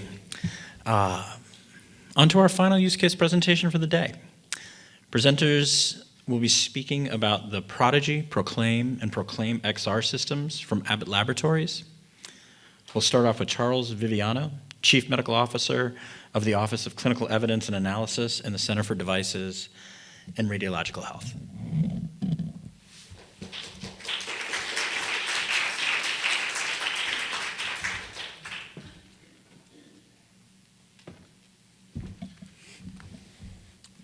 Good morning. I'm pleased to begin the presentation of the Abbott Prodigy, Proclaim, and Proclaim XL spinal cord stimulation, or SCS systems, as a successful case study utilizing real-world evidence to support this PMA supplement, expanding the indications for use for these devices. First, I'll provide some background from CDRH's guidance on the use of real-world evidence to support medical device regulatory objectives, followed by a brief summary of the devices and clinical considerations at the heart of the submission, and the rationale for the use of real-world evidence to support this PMA supplement. This will lead to identification of a critical challenge in the use of real-world evidence to support medical device regulation. And finally, how that challenge has been met in this case and what might be needed to more broadly address it across the medical device regulatory ecosystem. Dr. Alex Benison of Abbott will follow and provide their perspectives on the use of real-world evidence in this submission and beyond. So first, some background from CDRH's current guidance on real-world evidence. CDRH shares common definitions of real-world data, or essentially common definitions of real-world data and real-world evidence as the other centers. And we consider that real-world evidence could possibly constitute valid scientific evidence to support the reasonable assurance of safety and effectiveness of medical devices, depending on the characteristics of the data from which the evidence is generated. Our guidance describes those factors that we might consider as we assess the relevance and reliability of the clinical data from which the evidence is generated, and whether that evidence is sufficient to inform and/or support the medical device submission, without altering the evidentiary standards that we use in our medical device decision-making. Our guidance also gives examples of how real-world data or real-world evidence might be used, for example, to support in whole or in part new or extended indications for use for medical devices, to provide data for post-market safety surveillance, including post-market post-approval studies, to serve as either concurrent or historical controls, and also to support updated or extended labeling of devices. So I'd like to just take a moment to consider a potential scenario of how clinical evidence might be generated in the total product life cycle of a medical device. Initially, before the device is on the market in the United States, most of the clinical evidence is generated from clinical trials or potentially from outside of the US real-world evidence. After the device is on the market, of course, additional clinical studies can be performed, and real-world evidence can be generated from claims, from post-market studies, including FDA-mandated studies, And physicians, according to the practice of medicine, may use the devices for other purposes, all of which can generate a potentially rich source of real-world data from which to derive real-world evidence to support an expanded indication for use, thereby circling back on the life cycle of the device.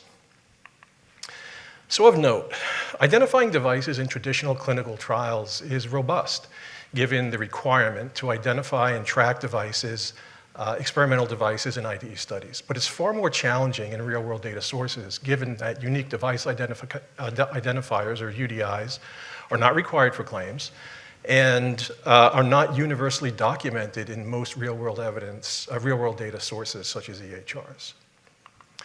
So keeping that challenge in mind, I'd like to return to our example and discuss some clinical considerations. Diabetic peripheral neuropathy, or DPN, is essentially nerve damage caused by chronically elevated blood glucose levels. It's manifest as loss of sensation, numbness, or pain in the hands, feet, or legs. And it's fairly common in patients with diabetes. Up to approximately 20% of patients with diabetes will eventually develop peripheral neuropathy. The mainstay in the prevention and management of DPN is to maintain the patient in their target blood glucose range. In addition to this glycemic control, there are pharmacologic and non-pharmacologic therapies that essentially aim to manage the symptoms associated with DPN, but there are patients who will fail these therapies or not tolerate them, and their options are limited. At the time of this submission, SCS devices were on the market in the United States for managing chronic intractable pain of the trunk and lower extremities due to other causes, such as failed back surgery syndrome. And again, physicians under the practice of medicine could leverage the availability of these devices to treat their patients with DPN who either failed or couldn't tolerate the available therapies. And again, this could provide a rich source of real-world data to generate evidence to support an expanded indication for use to include patients with DPN of the lower extremities. About the devices themselves. Spinal cord stimulation devices are programmable neurostimulation systems that are comprised of multiple components, primarily comprised of an implantable pulse generator as a power supply, leads and extensions, as well as programmers for both the clinician and the patient. To implant one of these systems essentially means placing a lead in the epidural space along the spinal cord, which then delivers low-intensity electrical impulses to the neural targets, thereby masking or modifying the unwanted symptoms, such as pain or numbness. As I stated earlier, these devices, at the time of the submission, were on the market in the United States, indicated as an aid in the management of chronic intractable pain of the trunk and/or limbs, from the following etiologies: failed back surgery, or intractable lower extremity, leg and back pain. And the purpose of the submission was that Abbott wanted to expand the indications for use of these SCS devices to include patients with DPN of the lower extremities. So how was the real-world data, and what was the purpose of the real-world data in this submission? Well, it provided critical safety information specific to patients implanted with the Abbott SCS systems. And it had two objectives. One was to characterize the safety profile of the DPN patients implanted with the Abbott SCS device. And this allowed for estimation of rare safety events, such as cerebrospinal fluid leaks in both DPN and non-DPN patients implanted with these systems. And secondly, to determine whether there was a greater safety risk in DPN patients who were implanted with SCS as compared to other SCS recipients who had not been diagnosed with DPN. And obviously, this allowed for comparison of safety to a control group of patients not diagnosed with DPN, but who had the Abbott SCS systems implanted throughout the 12 months following the implant. Additional clinical evidence was leveraged to demonstrate effectiveness and other safety outcomes, and Dr. Benison will refer to those in his presentation.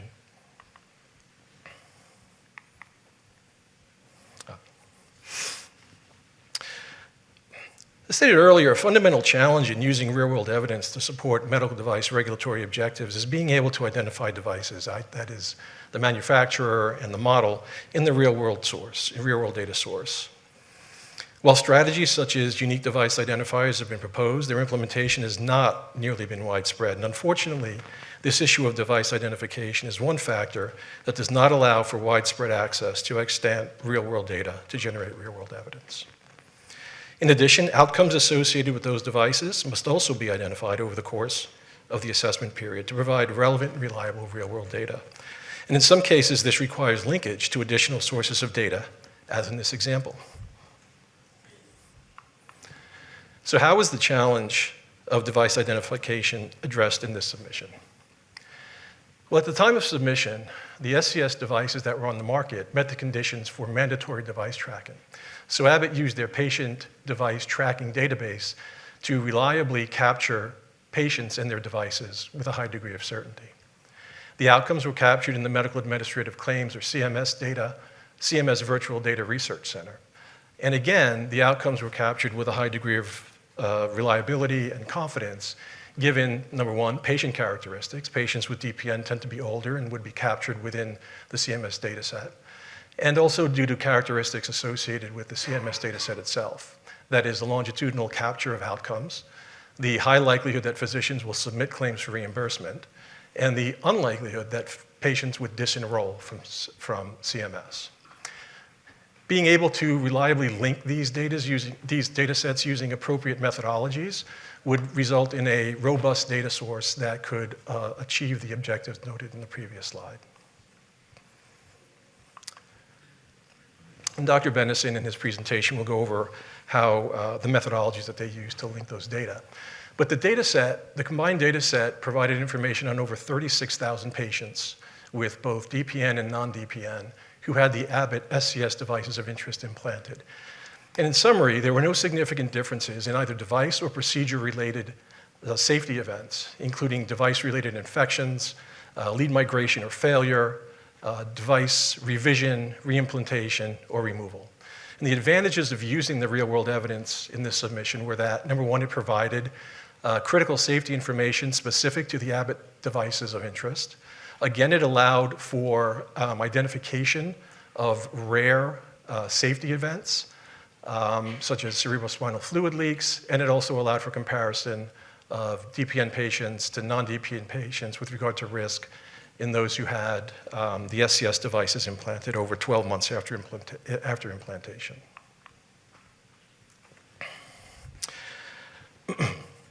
So a necessary advance for liberalizing access to real-world data to generate real-world evidence to support medical device innovation and regulation is the widespread documentation of device identification within the clinical workstream that does not add burden to the already complex acquisition and flow of data, as seen in the top of this slide. In addition to device identification, data elements needed to understand how a medical device was used depend on the device itself. Some devices, such as the ones in this example, have multiple components that need to be identified and may have multiple settings which need to also be captured to understand how the device was used, thereby complicating the capture of device identification data elements in real-world data sources. Among these elements, UDI is paramount. So one step in the right direction came recently in July from the Assistant Secretary for Technology Policy in the Office of the National Coordinator for Health Information Technology, who released version 6 of the United States Core Data for Interoperability, which expanded the unique device identifier data element to include all medical devices, not just implanted medical devices. The US CDI sets the foundation for access, exchange, and use of electronic health information with the goal of enabling nationwide interoperable health information exchange. And this is but one important step in identification of all medical devices and real-world data sources to liberalize the access and utilization of real-world data and real-world evidence across the medical device total product lifecycle. So in summary, the combined data set provided relevant, reliable, real-world data, supplementary safety data providing critical evidence for safety in the new intended use population. However, further innovation with respect to the medical device identification and documentation of medical device identification within real-world data sources is critical to ensure efficient and more liberal use of real-world data for regulatory decision-making and beyond. Thank you.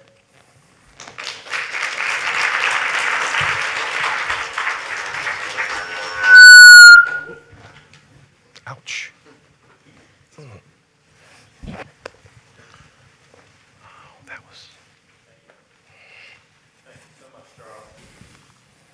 Thanks so much, Charles. Next up, our final use case presenter, Alex Benison, Director of Global Data Science and Analytics at Abbott Laboratories. And we'll go ahead and summarize quickly and break for lunch.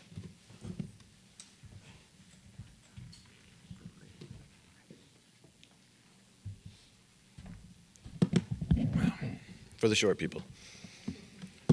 All right, last person. So thanks, Dr. Viviano. It was really great. Background on the study. My name's Alex Benison. I'm a director for Abbott who led the team that designed and ran this study. And I first want to thank that team. Some of them are here, some of them are joining virtually, but I know that these studies take a lot of people, and you know, real-world evidence has a lot of efficiencies to it. But there's clinical scientists, there's statisticians, there's data engineers, data analysts, there's regulatory experts, there's clinical experts. So I just wanted to acknowledge that up front. And thank them. And then I also wanted to thank all the other colleagues that are here, that have presented, to sort of see how real-world evidence is really shaping or at least being a part of the next era in healthcare and healthcare research. So it's really been amazing to see all of those presentations, and hopefully we'll have some chance to talk about those. I want to start with understanding how we think about building real-world evidence studies, the foundation that we use to build them. So everybody's talked obviously about relevance and reliability today. Those are sort of the two pillars that we think about. All of this is directed and guided by the guidance from the FDA. So we used the 2017 guidance as our primary guidance, but there's the draft guidance, and so I've actually put these two pillars into the draft guidance sections. But when we think about relevance, we think about fit for use. So does the data actually address the right outcomes that we're looking for? Is it doing that in the right population? Is it generalizable? So is it reflecting the broader population that you'd be treating that has the disease? Is it timely? So is it captured in recently? And also, does it have long follow-up times as well, so that we can follow those patients over time? Then when we think about reliability, we want to make sure that the data accrual, we're making sure that we're getting the right data and that it has high quality. And so this also speaks to when we start combining different data sources in order to answer these questions, which I'll get to in a minute. And then it's also about being transparent and having a pre-specified protocol so that we make sure that we're ensuring that the study has integrity to it. So next, I'm going to talk a little bit about the unmet need, because I think that's something that's been common across all of these different presentations today. You know, some of these have been very small orphan diseases. This actually is a very large unmet need. As we were just discussing, most of you in this room probably have somebody in your life that has been affected by DPN. So this is when the glucose is at a high level for long periods of time. You start to see degradation of the peripheral nerves, so you get damage, you get nerve loss. It affects 20% of diabetics. And so when we think about this population, there's this significant underserved population, because there are some pharmacological treatments, there are some non-pharmacological treatments, but there's lots of suffering. There's challenges in long-term data collection with this population as well. And so we need to make sure that we're appropriately choosing the data sets that we use and thinking about this population when we're designing the study. So I want to use one analogy. So most of you probably know somebody in your life that has DPN, but we all have had our feet fall asleep at some point, right? Hopefully not during this presentation. But that feeling that you get when the blood comes rushing back and you get that pins and needles and that burning sensation, it's like that with patients that have DPN all the time. So imagine that all day, all night. They have a difficult time standing for periods of time, doing daily activities, quality of life suffers, playing with their kids or their grandkids, or even driving. So it's a significant unmet need and patient population. So as Dr. Viviano talked about, we used 2 different data sources to accomplish this indication expansion. One on the bottom, as you can see on the slide, was the CMS data, which again was the right patient population, generalizable to patients that generally are in the age of retirement that have DPN, or disabled patients at a younger age. So that gave us the patient journey. It gave us a very rich outcomes data when we wanted to look at safety events. It also had baseline data, so we could get demographics and we could understand which patients had DPN and which didn't. So we see all the diagnoses that they have, all the health encounters. We see all the procedures that they get. The problem with that data set was device identification. So in that data set, when you look at procedure codes, HCPCS codes, they're usually at a device class level. So you would not know the difference between an Abbott device or any other manufacturer's device.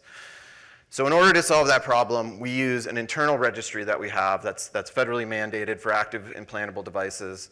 And we use that database to link to the CMS data using probabilistic matching. And probabilistic matching uses quasi-identifiers.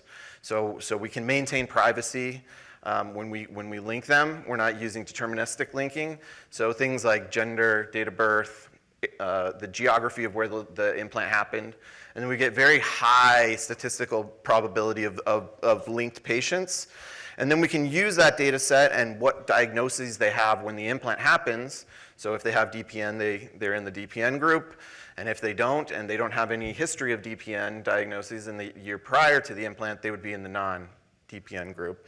And then we can compare those 2 groups over the next 12 months to see if there's any difference. And we actually identified 23 different safety categories that were based on our IFU. Oh, I went too fast. There we go. So this shows the power. I think the power in real world evidence can be in any study size. In this case, we see an extremely large study. So over 36,000 patients in this study. We had the off-label use that for DPN was over 500 patients. So we were able to compare the non-DPN to the DPN patients. And if you look on the left-hand side of this, I think a lot of people in this room have already demonstrated that they're scientists or are regulatory specialists. So a lot of people probably know what that forest plot means, but I'll walk everyone through it briefly before we go to lunch. So each one of the rows is looking at one of those 23 different safety endpoints that we were comparing between the 2 devices. The dotted line down the middle is showing 0 risk difference between the 2 different groups. So if the confidence interval or the bar crosses that dotted line, it means that there's no significant difference between the 2 groups. So as you can see, with all 23 different categories, there was no significant difference between the DPN and the non-DPN groups. So those were the results from the study. But it wasn't just only real-world evidence that was used in this study. So as other people have talked about, there was a totality of evidence that we used in the submission. So there was 3 main components to the submission. There was a meta-analysis done of non-IDE RCT studies that gave us really the foundation of the effectiveness and the safety of the devices. There was a systematic or a literature review of perioperative guidelines for patients with diabetes. That helped us understand sort of the potential risks that could be involved and what the standard of care for those risks are to make sure that we had those all covered in our safety analysis. And then the third part was the safety analysis that we just went through. So I think it's important to understand that it wasn't done in a vacuum. It was part of this larger submission that really gave us a robust, layered view of all the evidence that existed for this indication that had been used off-label for multiple years. Lastly, I just want to talk about the impact that this has for both today and tomorrow. This was only possible through collaboration between the sponsors and the agency, both from developing guidance to working with us on the submission. And it really allowed this expanded patient access. So that unmet need for that population, DPN patients who are suffering and aren't intractable to other treatments, now have another option. It also, we think that it's not just a one-off thing when we build these studies. We're not just having a single study where we go to all the effort of linking these data sets and building these methods, that it becomes a sustainable evidence engine. So it allows us to continue studying other things and allows us to be a repeatable process and can be used for future indications, other device surveillance, those kinds of things. And this kind of brings me back to what Dr. Viviano talked about with the total product life cycle. So this is an example of the total product life cycle in action. We used post-market data that was being used off-label and compared it to post-market label data that was on-label and looked for a new pre-market indication. And we're successful in that. And I know we're ready for lunch, but so I just want to finish with, we've talked about how long the stage has been set for this. I mean, the guidance is starting almost 10 years ago. Before that, another probably decade of legislation and modernization of the way that medical data is collected. And so we've been setting the stage for decades to do this type of research. And so now it's just an honor to be standing on the stage. Thank you.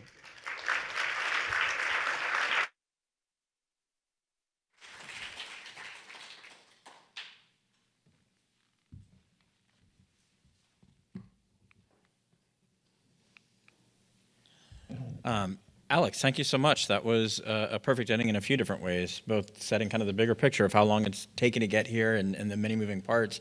But it was also interesting to end with kind of a large population cohort compared to primarily orphan studies. And it's not for this session, it's for the next session and beyond, but really interesting to see some of the through lines about how we solve some of these problems and the remaining challenges, but how we've gotten to the point of regulatory applicability. So thank you, that was perfect. We are going to break for lunch now, come back at 1:10 sharp. The team has been shooting messages, and we've definitely had some questions come in during the previous session that we think actually apply pretty well to the next session, session 2. So we'll make sure that Care Elzarad, who will be moderating the next session, has those, and also wanted to note that each of the 4 sponsor presenters from the use case sessions will also be part of the next session that CARE's moderating along with a couple FDA folks. So see you all at 1:10 Eastern Time. Thanks so much. I'm Care Elzarad. I'm the Director of the Office of Medical Policy at the Center for Drugs at the FDA. Pleasure being with all of you today. Our session today is really going to focus on the strength and challenges of using real-world evidence in case studies. Thank you for the panelists that presented to us really some wonderful case studies. That's going to be the basis for our discussion today. But don't be stopped by that. So if you have opinion, perspectives, challenges that we did not mention, you did not mention in your presentation, please bring those up as well. So in our discussion, the use cases that presented today will be used as a base for a little bit of a discussion around the fit for use aspect for the data that you utilized, the reasoning behind that, why you decided on those data sources, the methodologies, the analytical strategies that you have to utilize. And I'm hoping we will end on a little bit of a note of the future too. What do we envision a couple of years from now? What do we envision even not just as successes, but also as challenges, as barriers? So hopefully we can touch on that. But before we go there, I want to introduce my panelists. I'm going to start with Mutir. Mutir Rahman is a senior epidemiologist for the real-world evidence analytics at the Office of Medical Policy, the Center for Drugs. Yoon Liu is the Deputy Division Director of the Division of Analytics and Benefit Risk at the Office of Biostatistics and Pharmacovigilance at CBER. Alex Benison, who you just heard from him just before lunch, is the Director of Global Data Science and Analytics at Abbott. Laura Campbell is the Chief Medical Officer at Orchard Therapeutics, and Kerry Nagrod is the Senior Director for the Global Regulatory Lead for Immunology, Neurology, and Fibrosis at Bristol Myers Squibb.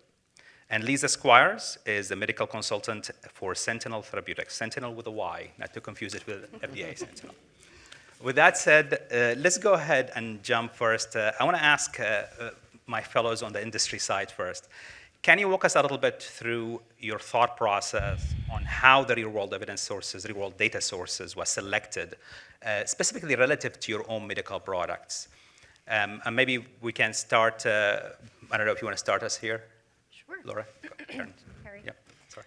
That's okay. No, Harry Nagrod, BMS. As I had went through my presentation, for the study that was used for the graft versus host disease prevention was an ISR. So it wasn't necessarily our decision to make if we wanted to, what real world data sources that we wanted to use. It was the PI's decision. But if we were to bring that in-house and make that decision ourselves, I think we probably would have come to the same conclusion anyway, because as I discussed in my presentation, the CIBMTR, that registry is such a rich data source, and by law includes every allogeneic transplant that has been conducted in the US. So all of the data that we could have used and that we did use in the study would have been in there anyway. So again, I don't think we would have changed anything differently, and that would be the reason why. So I'm curious, you said that so initially it was the dialogue that led you to use the registry, or it's not your choice initially? So what happened was, it was a mismatch unrelated donor cohort that started out, pardon me, as an RCT, but became a single-arm study because the PI could not find physicians who wanted to enroll because of the high risk involved in using standard of care, right? And so, like I said, there was only one patient that was enrolled. Yeah. And over a year, they couldn't enroll anyone else, which really made them have to pivot and switch to a single-arm study using historical controls. Okay, thank you for that. Alex, do you want to jump in? Yeah, thank you. So I think, and I'll talk about the study that I presented, but I think it goes in general, especially for medical devices, I think is a little bit unique in terms of the procedure codes that are used are often at a class level, so you don't have specific identification like you might have in a pharmaceutical database or something like that. So I think that is one of the things that we first think about, is how do we identify the right patient that has the device of interest. And so in the case of the case study that I showed, where we have a federal mandate to maintain a registry for the active implantable devices, that is the first thing that we think about. So if we have a database like that for the device, then obviously that's a great use of that to identify the device. And then the second part is choosing, if we're going to link that to something in order to get outcomes, is which data set would be capable of having the outcomes that we would be looking for.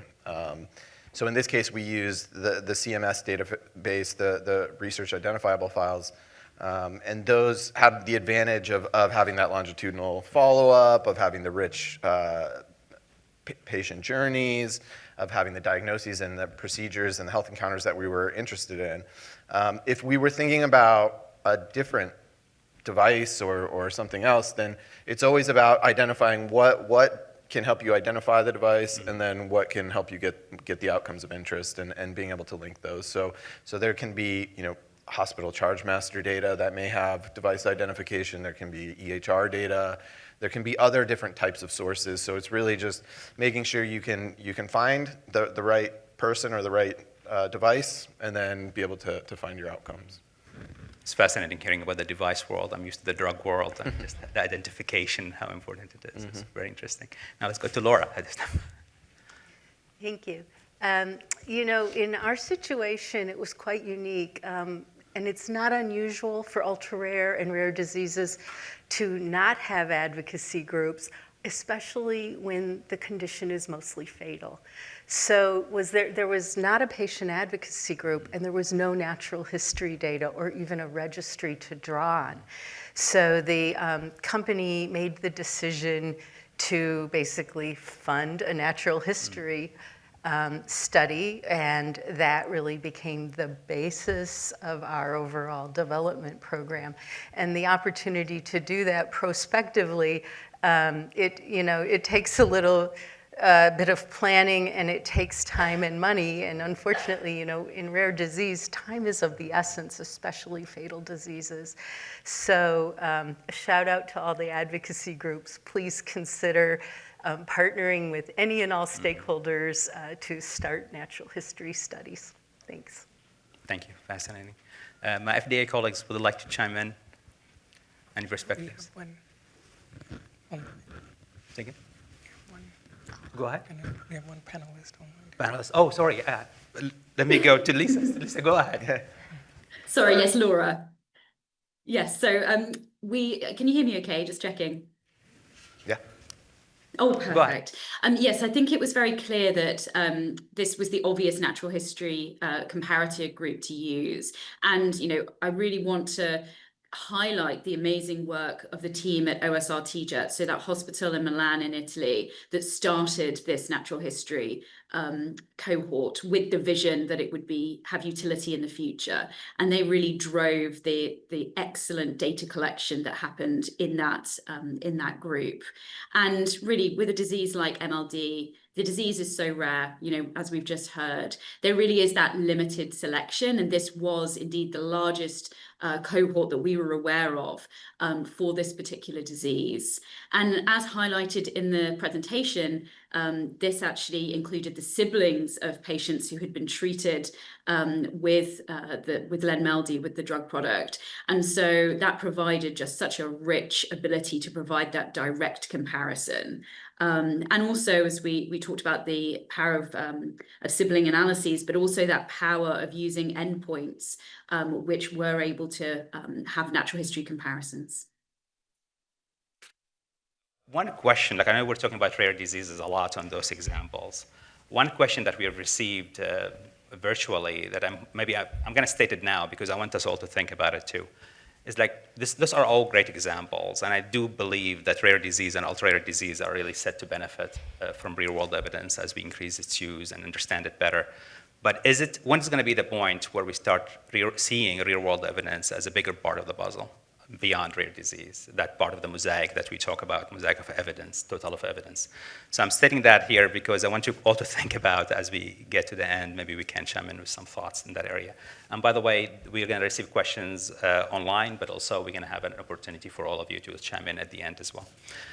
With that said, I want to see my FDA colleagues if they want to chime in this time, and then we can go to the next question. Yeah, I can start. So probably you have bored the audience already with that wheel, three-prong approach. Every presenter showed it, but it really works. It started in the 2018 framework, and how much it is still relevant, right? So we have three-prong, RW fit for use. Mm-hmm. So what do you mean by that? We get questions, a lot of it.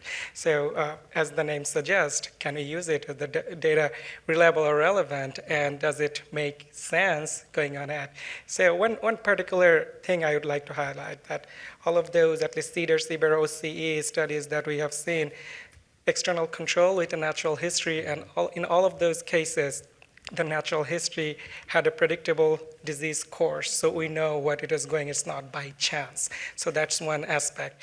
And most importantly, all of those approvals, they engaged with the FDA early, and they had those dialogue, which really shapes the way, which can shape the expectation and where we want to go. So those two things, I think, is very important going forward. Nice. Thank you. Go ahead. So I want to add that you can see for all the successful use cases, they use different type of data source. Mm-hmm. Have registered data from a natural history study, and also combined data from manufacturer database and Medicare claims data. So FDA does not endorse one data source over another. And also, we don't seek to limit the possible source of data to addressing study questions. So you can see many data sources are acceptable, and it need to be evaluated case by case. So please communicate with FDA early and often so we can work together as a team to provide better real evidence to support regular decision making. Thank you. That's a great message. Thank you for that. So I'm going to start with my FDA colleagues for the next question. You've heard the use cases presented to us, and did you identify some themes here that could be beneficial for other submission packages? I think you hinted at that material a little bit, and Yoon as well, but maybe you can elaborate on that a little bit, and we can see our colleagues if they want to add to it. Yeah, I can start. Yeah.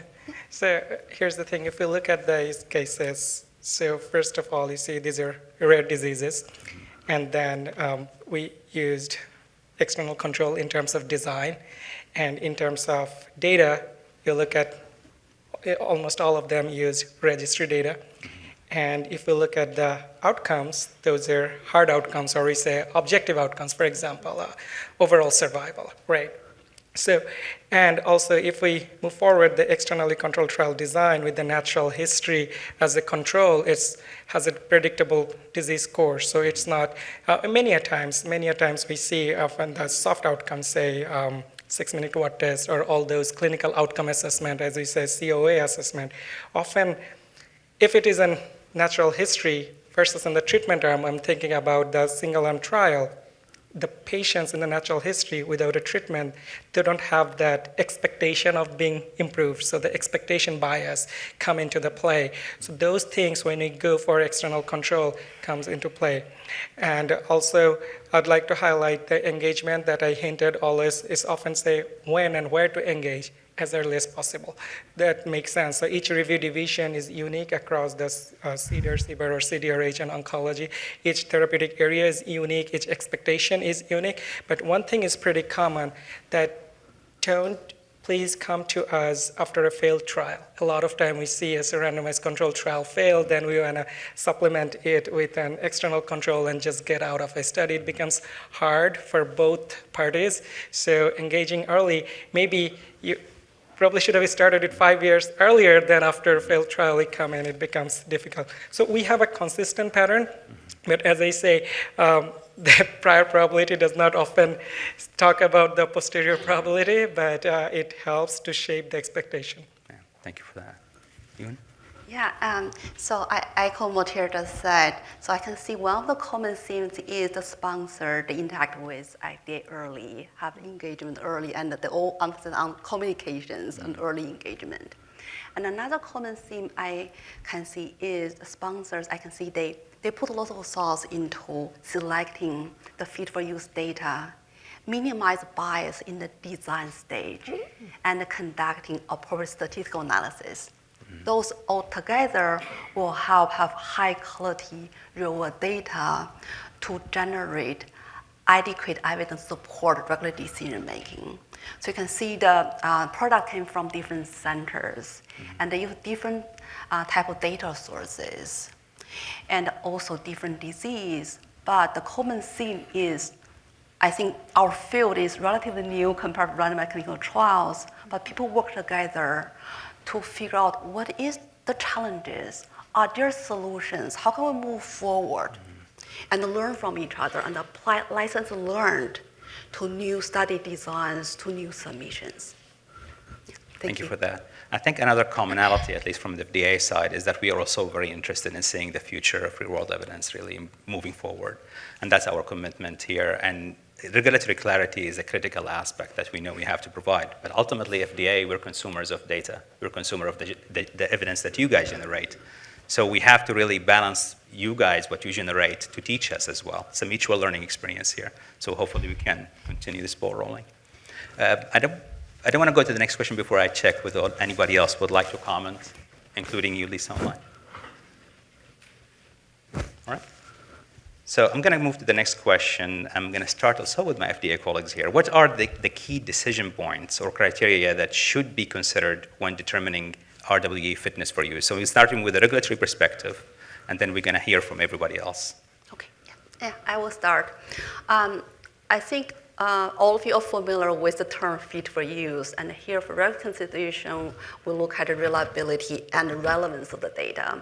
Reliability means accuracy, completeness, and traceability. And when we look at the relevance, we need to make sure that a study can measure key study variables, exposure, outcome, covariate, and have sufficient numbers of representative patients for the study. And for the studies, the successful case studies, you can see that they work really hard to make sure that the data source can measure the exposures of interest. And the CDRH example mentioned that they need to look into data to make sure that they can look at the patient with that medical device.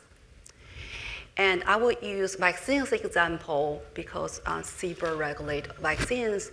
And many times when we look at EHR and the claims data, there is under capture of vaccination status.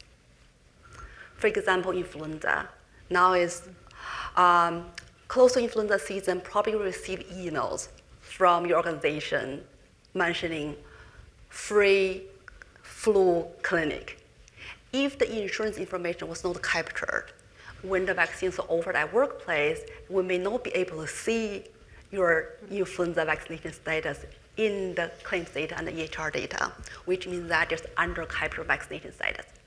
But this under-capture may not be true for other vaccines. For example, herpes zoster vaccine is relatively expensive, so people won't pay out of pocket for convenience, and also it's not offered at the workplace. So basically you can see that when we look at the real-world data, when we look at exposure, it needs to be evaluated case by case. So we need to have an understanding of the data to see what are the potential source of bias. And the outcome is also an important factor we need to consider. When we think about outcome misapplication, it can come from different reasons. For example, when we look at EHR and claims data, a person needs to interact with the health system in order to have their outcome captured in the system. Think about an individual who developed, for example, respiratory illness and did not seek health care, then you won't have this outcome in the system.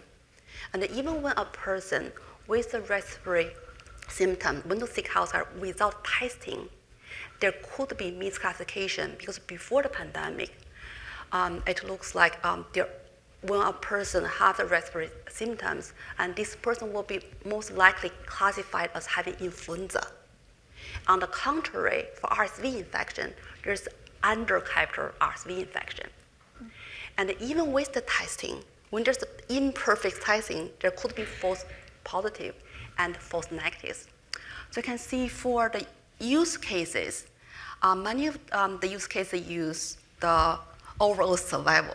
So that's a relatively accurate outcome capture, so you don't have to worry about the outcome misclassification. But then data completeness is a concern. So I recall for the use case 1, use registry data. And because that registry actually captured all the allogeneic transplant mandated by the law, so we can consider the outcome to be completely captured. Another factor we consider is covariates, because we can see for use cases, some of them match the cohorts, and by genotype or other factors. And other studies, they use the premise score, weighting, and use several covariates in the premise score model. But in order to either match by the covariate or control for this covariate in the analysis, those covariates need to be captured accurately by the data source. So those are all the important considerations we typically consider. Of course, data completeness is important. I saw that one of the user case try to minimize missing data in the design stage. So you can see that those are very helpful to increase the quality of the data and help inform our regular decision making. Yeah, thank you. Thank you for that. Motir?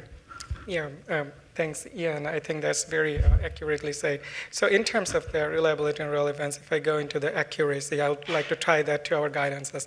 So we have now 9 guidances across the RWD, RWE portfolio, and the EHR claims guidance talk about the accuracy as the validation aspect of it. Completeness, that's the missing data, was the proportion of it and how to handle through it. And we also have our estimate framework that also applies to the real world data, because at the end of the day, it is the evidence, whether we call it real world evidence or the traditional trial evidence. So those should be focused on. And the big ticket is the traceability, often in the real world data, with how those data are gonna comment on it. We are not gonna say, hey, aha, gotcha, but we do not play that. But we find a lot of time that there's some discrepancies what's been claimed versus what it is not. So one of the big challenges I'd like to talk about the accessibility or data access. So a lot of time, part our guidance is, let's take it for the regulatory consideration guidance. We talk that patient-level data has to come in-house. We're going to review those data. A lot of times, especially across the jurisdiction from the foreign countries, it's hard to come in to us. At present, we don't go through a link or a channel in the cloud and do the analysis. But in future, make it more accessible for drug development. We are working on it, but I don't have a crystal ball when it's going to happen, but we are still actively working on that. So that would probably improve the access issues. But now we acknowledge that it's a big challenge. Yeah. It's continuing to be a challenge until we address it. So yeah. Thanks for highlighting that. Right. Colleagues? Go ahead, Gary. Maybe I'll say. So I think when we, as was in my presentation, we think about the relevance and reliability with every study that we do. I think it's like part of the foundation of our entire process. And that includes doing feasibility analysis, I think, on some level to understand and be able to test those things, to understand, are you looking at the right population? What's the quality of the data source? What's the completeness of the data source? Is it able to capture the endpoints that you want to be able to capture? And so I would say that that's important. I would also say it's important to think about those things as you're designing the study, to do robust sensitivity analysis as well on different endpoints, to make sure that any assumptions that you have, you can test, so that you're making sure at different points, before you start the study and as you're doing the study, that you're testing your assumptions on the relevance and reliability of the data, including checks like for falsification endpoints or other things that may be able to give you a clue if there's covariance due to COVID or something like that. So understanding the underlying data. And I would also say to that point is something that we talk about, like data empathy.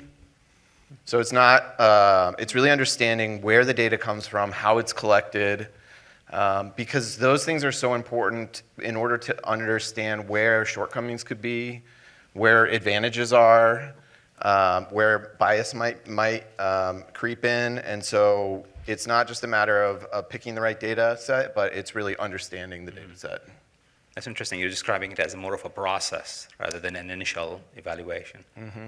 Carrie, I felt you wanted to say something. Go ahead. Well, yeah, no, I can build on exactly what you said, because within the CIBMTR database, it's a similar process where the time to event is not captured, which is the reason why the OS score was chosen instead of the grade 3 to 4 like what we had in our primary outcome in our study. And so that made a lot of sense. It was actually proposed by the FDA, and we thought, that makes sense for our registry study to confirm this. Also, the matching scores that we had used, the ones that we had proposed weren't necessarily the same ones that we ended up with, because the agency and us and BMS had a lot of discussions about how do we match our cohorts appropriately. So looking through and wading through the data and what you have available and what you can actually use is going to be an important way to validate and ensure that you're using the most appropriate data sources. That makes sense. Lisa, I'm I want to apologize. I barely can see you without the light in my eyes. That's So if you want to jump in, absolutely fine. interrupt me at any point. So go ahead if you want to say Thank you something. so much. Yes, that would be wonderful. Thank you. So I'm always a huge proponent of really thinking with the end in mind. And in the rare disease space, each opportunity to collect data is absolutely critical. So it's important to collect the right data. And from my view, there is a great emphasis on trying to ensure, where possible, that there's a cohesion between the real world data that's being generated and then ultimately the treatment arm and the endpoints involved and the data required for that. And as part of that, I guess the plea is that very early on, when patient groups, physicians are thinking about generating real world data, even when there's not a therapy in the future, one real asset is to think about and ideally publish consensus positions on the disease and on data collection. And as I say, that would be a collaboration with all of the groups involved. And what that then helps is that moving forwards as data is collected, it helps to standardize that data collection. So you end up with a far richer pool. So even if there are multiple studies, multiple cohorts, multiple registries, you have some commonality there in the data that's going to be collected and indeed in the way that that data is collected. And ultimately, even though sometimes it may feel like a distance in the future, that can really support approvals. Thank you so much. And lessons for the future. I didn't get a chance to participate in many prep sessions, so I'm getting the names wrong. So apologies, Laura. and let's go to you, Lisa, for next. Future directions, I think, the lessons are obviously meet with the FDA early and often. That is a recurring theme, I think, for every development program. And we certainly appreciate it, and we're the beneficiary of very thoughtful interactions and feedback from the FDA. I do think that, some situations are easier than others. And while it's a high bar, I'd love to see the use of real-world data, real-world evidence in more programs, like we were seeing, but it often requires large numbers, in situations that aren't maybe immediately life-threatening or even significantly life-altering.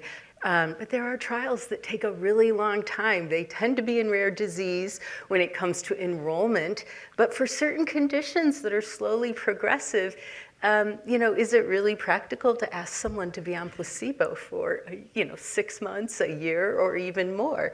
So, the opportunity in meetings like this to talk about pressing the boundaries outward into those types of databases where maybe the evidence is not quite as hard as death or a biochemical marker, but perhaps observed activities or behaviors and things like that would be, just a really wonderful thing to see, not only for accelerating drug development, but I think also for our patients that participate in these trials.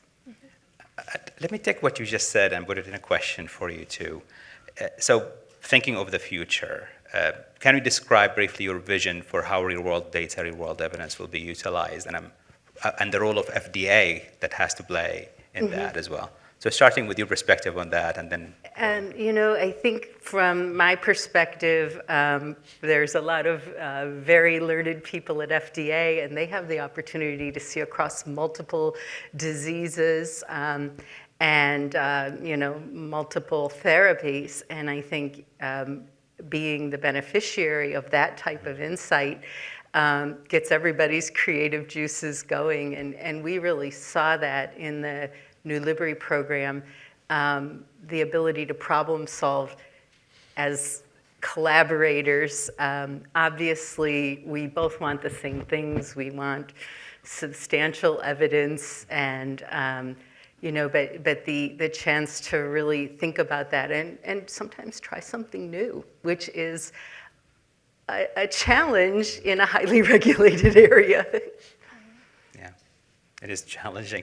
Anybody else would like to jump in on that question too? I would like to go to everybody with this one just to see your thoughts, but who would like to start next? Go ahead, you. I'm happy to join next. Oh, please, go ahead. You first. Go ahead. Oh, okay, thank Go ahead, you. I think I really echo your sentiments there that the aim is to see real world data being utilized far more. And genuinely, I feel that events like this, where case studies can be shared and discussed about, which particular sources of real world data were used in filings, how were they viewed, what power did they have, and I mean that in the broader sense, it really can be inspiring for people, and it allows them to think about the possibilities that are out there. And I think really keeping this as a topic of conversation on the agenda and sharing more and more, I think really will have a cumulative effect. Thank you. You? Yeah, so I want to add that for the FDA, because we can see lots of submissions across different product, so similar to this public meeting, we can share lessons learned and challenges.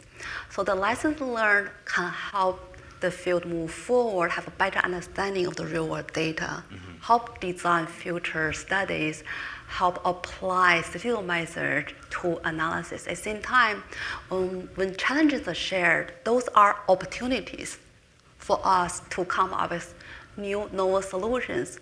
We can also engage all stakeholders and also get academia involved to develop new epidemiological method and statistical method to help this field move forward. So I think we can work together as a team to share information, share lessons learned, share challenges, and find new solutions. Thank you. Thank you. Highlighting mutual learning here, I think is essential to all of us. Alex? Yeah, so I echo what all my colleagues have been saying so far. I would also add in the essence of this meeting, the public-private partnership, I think, is critical, both for understanding methods, understanding whether it's even just the iterations of the guidance. I think that those give us a lot of more specificity as they've grown. I mean, for the med device one specifically, from 2017 to the new draft guidance, that will hopefully be final guidance soon. Those are very helpful for us to understand the way that the agency is thinking about these problems, and then the partnership in things like these kinds of meetings, or I know what was brought up earlier was NEST. So sort of the public-private partnership in development of validation of real-world data sets, validation of methods. I would say that we talked about data completeness, and for instance, if you think about a potential patient-reported outcome, and if you were just collecting that patient-reported outcome in a typical manner, maybe it would go down in a clinical study, right? So you would be able to measure that, but often in the real world, when patients are doing better, sometimes they're not getting health care. And so that can also actually be an advantage of some of these real world data sets, where you actually can see reduced healthcare utilization for that disease state. So in some ways, there actually may be reasons where a traditional patient-reported outcome, some of these data sets might actually have more valid measurements for that, using different types of motivations. So I think collaborating on understanding that, the partnership between the private sector and the public sector to continue to move this forward, really, because at the end, it's all around about the patient and being able to be agile and to be efficient with resources and regulatorily. So I think the more we can partner on those things, the better off it is for the patients. Thank you. Mutir? Yeah, I'd like to say, going back to the earlier days of the RWE, we are still in the earlier days, but even more earlier days, there's a skepticism within the agency that, are these guys replacing our city or the clinical trial? So it's never like that. And also from the industry, that everything is going to be RWE. So now it's somewhere in the middle. So the purpose of the RWE or use of RWD is to complement our city. Now, we get a lot of time comments, externally controlled trial guidance, for example, because all of the submissions you see, it has an external control component to it. We got about 1,000 comments from the public, and probably 200 of those are asked, give us a checklist when it would work. So it's really hard to give a checklist that this will work, this will not work, because each therapeutic area is unique. Each case is unique, but we can derive a theme from it, as I mentioned earlier. And we are getting more and more submissions, more and more approval, likely, we're going to see in the next year or so. So from those things, you can derive some common themes. So it's the responsibility of both the parties, the sponsor and also the FDA, that we can get. But there's definitely some theme which we can play around. And also you're funding some research projects looking at those, that what worked, what didn't work, and what might work. And data is the key. So as I love saying it, that all data are not equal. Some are more equal than others. But so if you're trying to measure a stroke outcome and your data don't have an atrial fibrillation information, it's not going to work. So it has to be relevant. And how would that come? At the end of the day, those are billing data collected in the bedside, not meant for research purposes. But some has a better sources. For example, the example I got here, that mandatorily all those transplant information you presented, it has to go into these databases. Earlier days when our first program was approved, we had that SRTR databases. Every transplant-related information was there. So it works, depends on what research question we're gonna ask and what database we're gonna ask, but it's definitely we're going there. We are more agile. We have improved our capability of reviewing it, and not to mention that AI is gonna come and play off. So recently, one FDA-funded project that generated the phenotyping with AI that showed significant improvement to demarcate all those selection bias and those things. So it's going to come into play. We're improving ourselves, and also this public-private partnership is going to work, but good days ahead. That's a great point, and it took us 40 minutes only to get to AI. But your point about how we're also trained to think of evidence threshold, right? Like, RCT on the top, and I'm a believer in randomization. I think that's something we should really hold, but at the same time, give real-world evidence a fair shake, especially in areas where it can really provide the value added, and collectively how we can explore that. Carrie, I don't think you get a chance to chime in on that. No, actually, all of the things that you just said, I was thinking as well. The one thing that I really enjoyed listening to today was the RWE pilot and listening to what didn't work, right? Knowing what didn't work, I think, is really beneficial for us to understand what is the threshold for what the agency wants to see and what's not good enough. And I think the more that industry kind of pressure tests what this threshold is and starts to routinely maybe use RWE to support applications moving forward, it not only will help the agency consider what's good and what's not, and it will help us refine what we need to include in our packages. That's one. Two, and I agree with everyone who has said, keeping the dialogue for this expansion of RWE and regulatory purposes, keeping this discussion going is really, really helpful because it keeps it at the forefront of our mind and helps us develop additional tools that we can use. And finally, I would think that where we are, like you said, it's early days. But thinking back 5 years ago when we put RWE for our application in front of the FDA, they were still pressing, no, you really can do an RCT. Even though we had considered that it's bordering on unethical. And now, 5 years later, the way that we're talking about it and the way that the agency has been discussing our application is that, yes, we do believe you were right. We have evolved. So it takes time for us to all consider data like this in a different way. So time that's a great point. and experience. And data. And data, yes. That helps. Well, thanks so much. A lot of wonderful remarks there. I want to open it up for questions now. What I'm going to do, I'm going to go to one questions virtual, and then I'll go to the room after that. I have one targeted question to you, Laura. First, can you comment on the use of exclusively non-US data for the approval of the Orchard product? Is this unique for rare altered diseases in the rare altered disease space? It's a great question, thank you. So although the clinical site was in Milan in Italy, we actually recruited internationally into that study. And so there were a number of US patients in the study itself, but also we did have some compassionate use in the US prior to approval. And as I shared, that data was used as additional supportive data for the approval. And I'd probably have to turn over to my FDA colleagues to share whether they've had experiences of exclusively non-US approvals. Jurian, do you want to comment on that, even in general, about the use of non-US data? So we have examples using non-US data. So recent examples, I cannot say because the regulatory decisions haven't been made, but non-US data, we have to be careful what population we're looking, right? So if the US population is the 70% Caucasian population and we get data from Asian population, it could be different.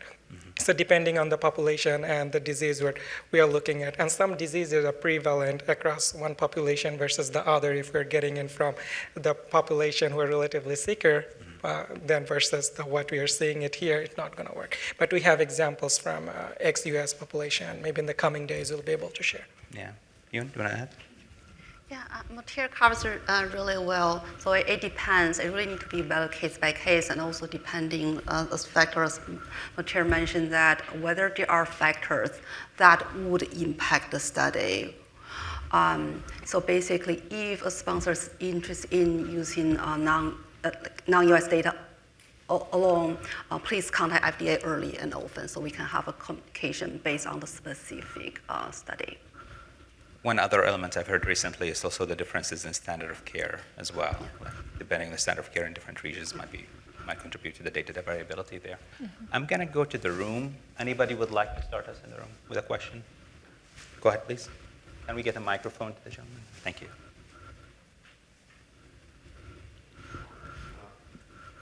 I will use an example which probably illustrates all of the biases from real-world evidence you have been talking about. During the 2012-13 influenza season, per protocol, we performed a Medicare study of the comparative effectiveness of high-dose versus standard-dose influenza vaccines, and found results which were extremely close to those found by a randomized study performed for the same season. If you were to list all the potential biases we had, we would have probably 20 very important sources of bias. So sometimes the real question, or the most relevant question, certainly to me as a researcher, is, well, among those sources of biases, are those biases large enough to affect our conclusions or not? So in general, I would like to see empirical evidence as opposed to theoretical concerns. One way to get there is to try to encourage the implementation, the use of randomized studies during the same seasons periods as non-randomized, non-interventional studies, and find the empirical response to those questions that could help us first improve methods for real-world evidence, confirm that those methods work well or not, and progress in general. It's not easy to implement, but I'd like to hear the opinions of the group. Yeah, this is a great question. Anybody would like to start with that? Yeah, I'll start. So I think this is building off of something that I've been talking about in terms of understanding and validating like the methods that are being used. I also think it talks about connecting different data sources. So you're talking about comparing an RCT that's happening at the same time period as a real-world evidence study in Medicare data. I think this can go a step further than that. I mean, I think there's lots of little islands of data that are out there. We have Medicare data, we have EHR data. In our case, we sometimes have device data. And so there's lots of different islands of data and building the bridges to those in order to answer any question, whether it's validating something, whether it's following the patient through multiple data sources and getting a comprehensive patient journey. And this maybe, I'll piggyback back off to the question because I didn't realize we were at the part of the future yet when the last question happened. But I think when you do that, when you start to build those bridges between those islands and you start to get this really comprehensive view where you see diagnostics in labs coming from EHR, maybe imaging data and genomic data, you can also then have closed claims data to make sure you're seeing all the diagnoses and the procedures when they're outside of those EHRs. And then maybe you're layering in device data on top of that. It starts to not only allow the personalization of real-world evidence, but potentially the personalization of the delivery of medication or a medical device. For instance, our devices are the dosage and the programming can be adjusted periodically. So you could see a future where maybe some of this feedback is actually real time, and there's ways of thinking about how that could impact the personalization of medicine in the future too. So thanks for the question. Anybody else would like to answer this too as well? Yeah, Go ahead. so I echo what Alex said, because linking different data sources actually can improve the data and improve the fit for use of the data. So the question was talking about a study comparing high dose versus standard dose influenza vaccination. So as I mentioned earlier in my comments, there was under capture of influenza vaccination status. But for this particular study, because they are comparing high dose with standard dose, which means that there's no unvaccinated comparison group. So the underreporting of vaccination status actually is not a bias for this particular study. So you can see that for this study, it's not an issue. However, if data can be linked, the Medicare data linked with vaccination registry, then we'll be able to capture unvaccinated information, and we'll be able to include actually a control group who are untreated. And when we do the comparisons between the non-interventional study and the clinical trial, actually it can help us identify, are there potential sources of biases? Are the study results similar? Because when the study results are similar, it's reassuring. If the results are different, it's the opportunity for us to detect what are the potential residual confounding that we didn't aware of. Did we adequately control for that in the study design? Did we adequately control for that in the analysis stage? Are there sensitivity analysis we need to pre-plan to make sure that we'll be able to evaluate what is the impact of those potential bias sources on the result? And I think your question is really also include a challenge for us to contextualize bias too, and try to figure out, can it be addressed, can it be managed, and does it matter in the first place for the question at hand too? I think that's a big policy questions we definitely need to dabble in at the agency and beyond. Anybody else would like to touch on this question before I go to another question? I think I would build very quickly on what was just described about sensitivity analyses. And I think as sponsors, we are also responsible for being critical of our own data and to really evaluate it ourselves and identify in advance where those areas of bias may be, and be prepared to talk about them and be prepared to put in place sensitivity analyses that will allow that assessment to take place. Thank you. So we have two questions that's similar online, but I think they touch on an important area. They're asking for examples and also what can FDA and industry do to promote real-world evidence uses for common conditions and diseases where real-world data may actually even be of higher quality. And I think all of us touched on that in a different angle, but maybe we can address it a little bit directly. Like, how do we see that future being shaped? Carrie, do you want to start us here?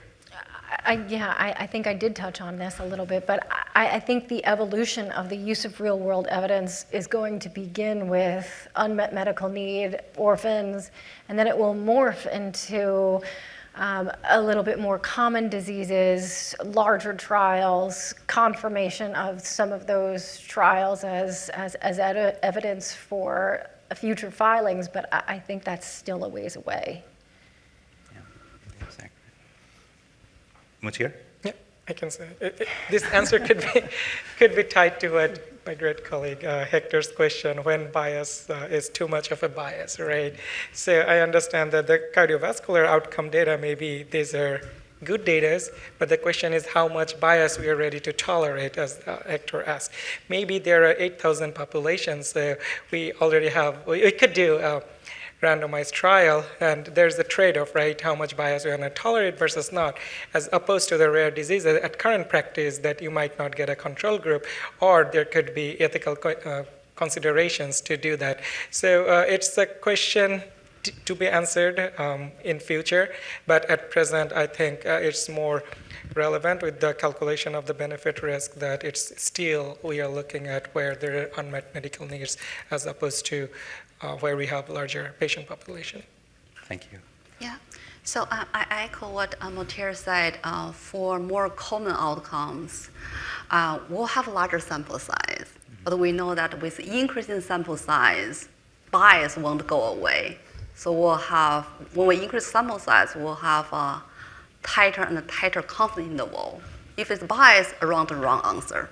So bias is the major concern. We'll look at from a regulatory point of view. We will look at potential source of biases. But with common outcomes, with large sample size, actually we'll have the luxury to design a better study because we can afford to do matching or put in more covariates control for that in the analysis stage. Then how to make the comparator groups more similar with the treated arm actually is very important.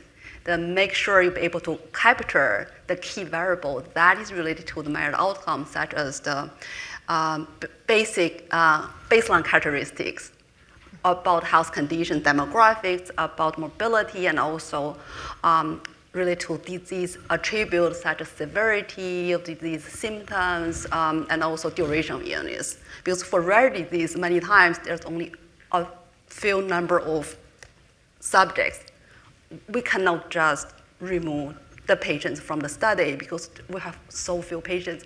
But for more common outcomes, actually, we can design the study and also conduct more complex statistical analysis to minimize bias in the design and analysis stage. But again, we'll need to work together and also evaluate in a case-by-case basis. If I may add to that, so whenever we hear real-world data, real-world evidence, the claims and the EHR comes to mind. It's not always the case, right? So we have our newer guidance on the clinical trial in routine practice settings, or in short, we used to call it a point-of-care trial. So that's also getting into a more approach that could be more mimicking the real-world practice, right? It still is randomized. That's the biggest thing. The randomization is present. So that's still a randomized, it could be controlled trial, but into a real-world setting. So that could be one avenue, especially in these phases. And we have seen a few submissions, and also one of our clinical trial innovation project, we actually accepted that as a demonstration project, one of those use cases. So maybe in a future meeting we can talk more about it, but we are saying that when there's a bigger sample size, why not go for that? That's also RWD rather than pivoting only EHR on the claims. That makes sense. I got my warning of 2 minutes, so I'm going to actually still take those 2 minutes if it's okay. I'm going to start with you, Laura, online. Can you just briefly describe how you would like to see this field evolve, like what the key goal or key objective that you would hope to see in the next couple of years, and what you see as the key challenge for that? Thank you. So I would echo what I said earlier, which is to thank the FDA for putting this together and for continuing to publish the cases on real-world evidence, because I do genuinely think that that's what's going to be the catalyst here. It helps people to be inspired, be creative, and broaden their thinking and really see the benefit of engaging early. And it was interesting to hear the panel talk about pushing the boundaries and continuing to be innovative. And I think the more innovative we are, all for the better of patients, but of course that will bring its own challenges, and we will continue to evolve over time. Thank you. I'm going to start with my side here. Carrie, you want to? I'm sorry, I just totally blanked. What is the question again? It's about like how would you see the field evolving over the next couple of years? What would be the major objective and the major barrier for that? I agree with Laura on that. I think that real-world evidence will become a lot more common, and we'll start seeing it in different ways in terms of supporting registrational trials and maybe even a little bit more on PMRs, PMCs. And I would like to believe that that would be the way that we could accomplish some of these really complicated, difficult PMRs and PMCs that we're seeing, and start moving in that direction. Thank you. Matir? Yeah, I'd like to answer this question a little differently, like Sure. what we are doing, right? Probably folks are interested in that. So, as an agency, what we want to see is that real-world data, real-world evidence as a credible part of the regulatory decision-making to complement RCT or a clinical trial, not to replace it. In order to achieve that vision, we are working on our guidance documents, especially the two guidance. I would like to highlight the externally controlled trial guidance and the point-of-care trial guidance, along with our research projects, where we look at specifically on the confounding and the methods, and especially the use of AI. And within the FDA, we have launched two new programs, two initiatives.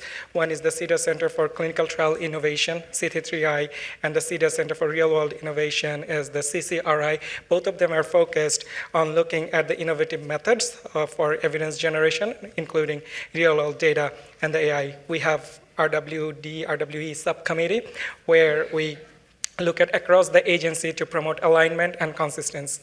At the same time, recently the Commissioner's Office are also working diligently on improving the data access, quality, and extensive external collaboration. Whatever often we listen into the media narrative that our vision is clear to improve the American people's health, and at the same time, globally, to lead the pathway to advance the field. And also, along those lines, I would like to emphasize the fact it's not a 100-meter sprint, it's a marathon. And together with our guidances, research projects, and the partnership, we want the RWD to work as a tool in many of the FDA's toolkit in order to get more accessible in a faster manner the medicine to the American people. That's a wonderful summary as well, but I still, very quickly, Alex, Yoon, and Lisa, if you don't mind going. Yeah, so I would just say a couple things. First of all, I think the personalization of clinical studies as well as medicine is a future endpoint of this that I think is really powerful. I think the second thing would be that these aren't one-off studies. These are continuous learning loops that allow us to continue to advance the research. And then the last thing I'll say is that I think like as I mentioned before, the public-private partnership, but with an end goal to also help democratize the data as well. Thank you so much. Well, I'm told we're totally out of time, so my apologies for that. We took a little bit over. So we're going to go ahead and go. Thank you so much, for everybody for joining us, including from overseas.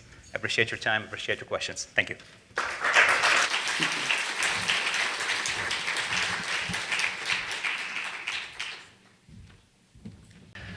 All right, I'd like to ask our panelists for the final session to come on up, and like to thank CARE and everyone in the previous session.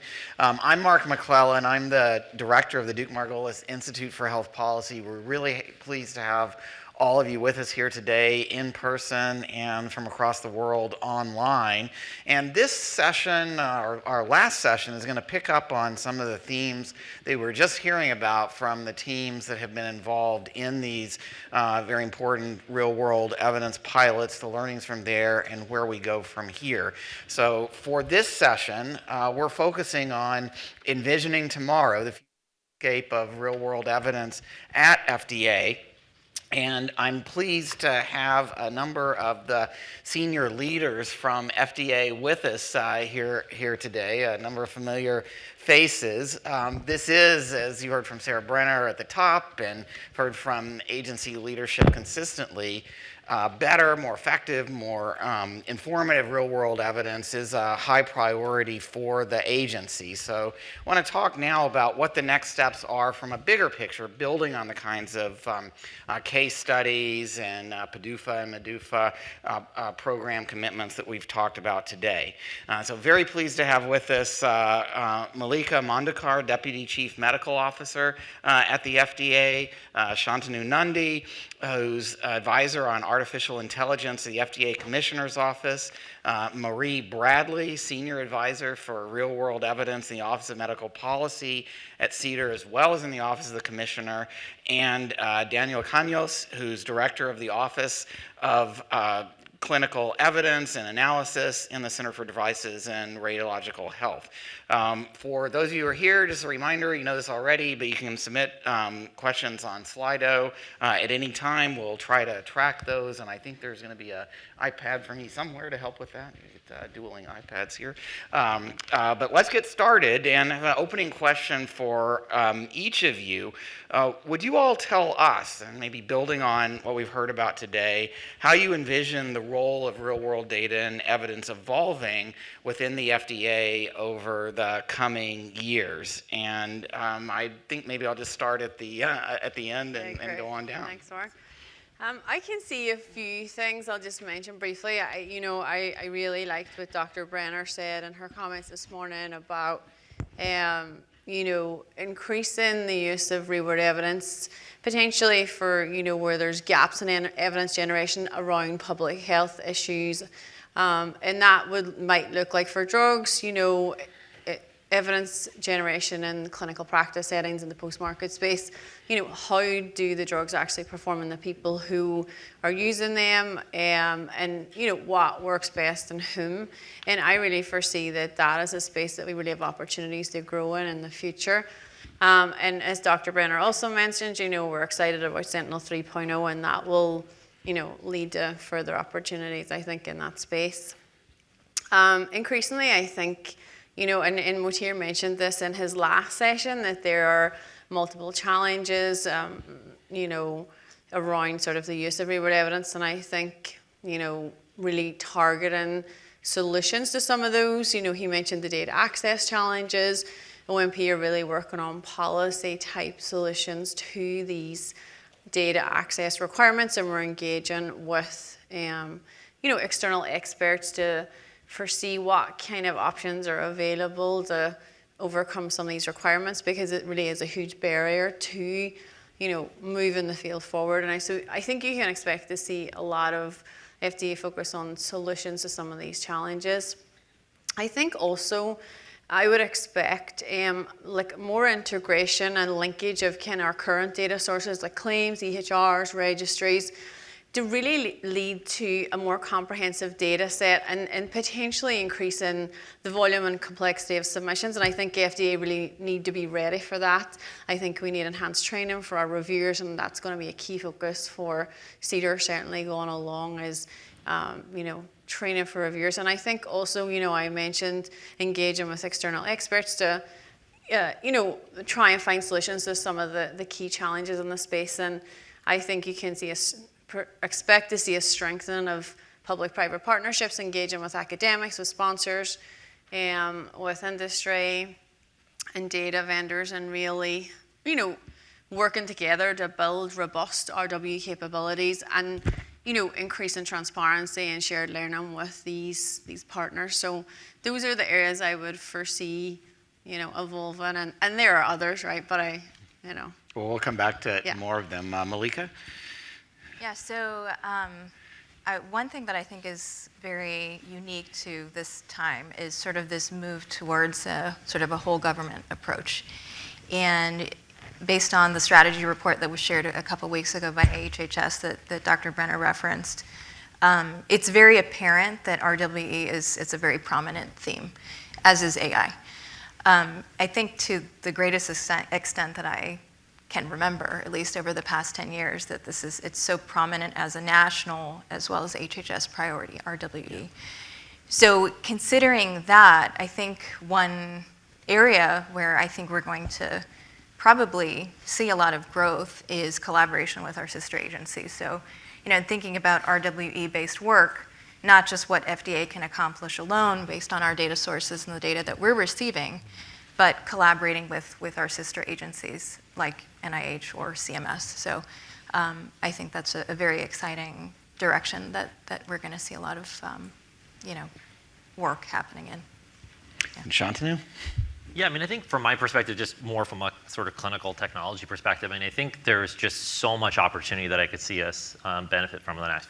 I had, I don't know, you would call it an RWA emergency 4 weeks ago. My sister, who's pretty young and healthy, suddenly got really short of breath, and turned out she had a submassive blood clot in her lungs, and ended up in the. She's totally fine, by the way. So I'll fast forward that part of the story. Thank you. But it was just really striking because. We had so many decisions to make, like where should she get care, should she be on blood thinners, should we actually do an intervention? And we're actually lucky there was a registry for the type of procedure that she has, but turns out she's like 2 decades younger than most of the people that have gotten these types of procedures, right? And so I just think that it's such a pressing issue, and I see that every week in my clinic too, that we just don't have that much evidence to inform a lot of the real world decisions that we make. And then when I think about AI applied to that, right? So we had many conversations with many surgeons about whether she needed the procedure. Like, we live in a world now where all that can be recorded, all that nuance, all of her history, right? The various symptomatology that she had. She ended up being transferred between a couple different hospitals. We have the ability with AI to harmonize across the different data sets that they have because they measure things slightly differently, and we can normalize those things in a more automated way. I bought her for her birthday this Saturday. I bought her a pulse oximeter just to make sure she's safe. And so, all those types of things I think create an opportunity for us to be able to leverage AI. And I think when I think about how many questions that we have in clinic that we don't have good evidence for, I just think the opportunity is really tremendous. So it's an exciting time to think Thank you. about I'm glad things worked out well for her. She's doing You had that registry base there. Daniel? Yeah, so first I just want to kind of take a step back here and express my gratitude to Malika and her leadership in the Commissioner's Office. This was a few months ago, this was going to be a PDUFA specific meeting. They open a door and say, as an agency, we're thinking about real world evidence and the commonalities here. Let's all get on a stage and talk about this together, right? And so, I think we've heard about themes of infrastructure and pieces about clarity on expectation, as well as efficiency. And that those next 5 to 10 years, I think we're going to see the infrastructure as Mario is alluding to with the Sentinel. We heard from talks from both Rebecca and Charlie from CDRH about infrastructure and connecting the pipes on unique device identification, really unlocking that. We heard that from the industry talk as well, how we can start to be able to utilize more data sources, linkage of that information once we can identify the device. I think we're going to be seeing more connectivity of data sources, as Mario is talking about.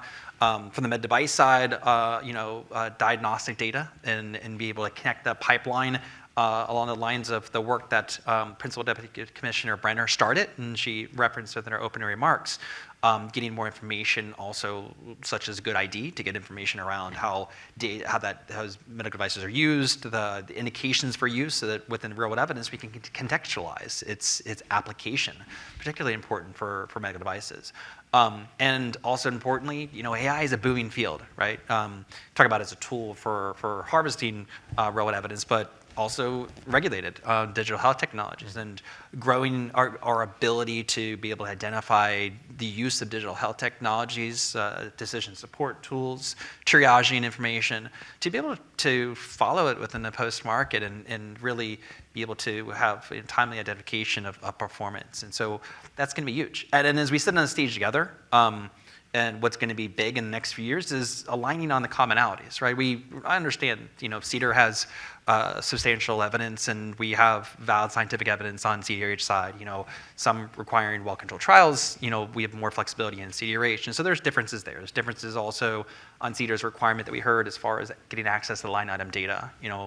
CDRH has least burdensome principles where we don't always require that line item data come in-house, but there are commonalities, right? We heard some of the common tripping sub-million blocks on real-world evidence is data quality, right? And some just scientific pieces of aligning the sought-after indication with the study question with the data available. And folks look for real-world evidence and pieces about what are the nuances, but really those are common stumbling blocks. And I think in the next few years we'll be clear about intent on data quality as an agency. We'll be clear as far as what we would like to see for the extraction, transformation, and loading, some of the provenance aspects.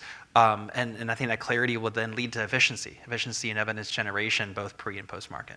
I do want to come back to some of those issues, Daniel, about data quality, and back to that pie that we kept hearing about, the data fit for purpose, the methods fit for purpose, of the reliability and relevance of the methods, and then how it's all applied in regulatory practice. And I've got more to say about that. But first, I'd like to pick up on a theme that all of you mentioned, that not only are these real-world data becoming vastly more available, there also are efforts underway throughout all of HHS or all of government, as you said, to advance that work. Dr. Brenner talked about that earlier. Maybe you all could talk a little bit more about the ways that HHS is more broadly interested in using real-world evidence to explore public health issues. And I pick on maybe start with Shantanu first, because you and I have talked about some, and you came from, prior to your time at FDA, working in the clinical world, trying to use AI and better analytics to make better decisions for people. And that's certainly, as you said, a really relevant topic for government right now, with questions and evidence that many people would like to see better. So like tons of data out there now, but not all of it fitting yet into that reliable quality, reliable methods, and effective use. So maybe talk a little bit about your experiences, and I'll ask the rest of you as well about where you see these opportunities for partnering with the rest of government and maybe even the private sector beyond that, since that's part of this effort. Yeah, absolutely, Mark. Maybe I'll just pick a specific area, because I think building on Daniel's point about data quality, I mean, I think so we're seeing in the whole government effort, more focus and intention on interoperability of data. But to make that data usable for the purposes of what we've been talking about during the day, I think there's a lot of work to do, right, once you have access to the data. And so at least like some of the things that we're seeing in the private sector is the use of AI machine learning to annotate data. So like I still remember I took care of a patient years ago who, all the recent records showed no allergies, but like 7 years ago there was an allergy documented in the record, right? So now with AI, we have the ability to be able to get through all that data and actually be able to surface something up to a clinician or someone that's annotating data and say, hey, does this person have an allergy or not? And then yes. And what that allows you to do is then clean that data such that it's constructed in a way that I think could be used for real-world evidence. So that's just an example of where, again, more interoperability gives us the data, but then I think AI and some of these more modern ways of being able to annotate that data gives us the ability to have that data be useful, and then, of course, then can be used for the type of work that we've been discussing today. So that's just a single example. I have to say, and coming from the care delivery side, and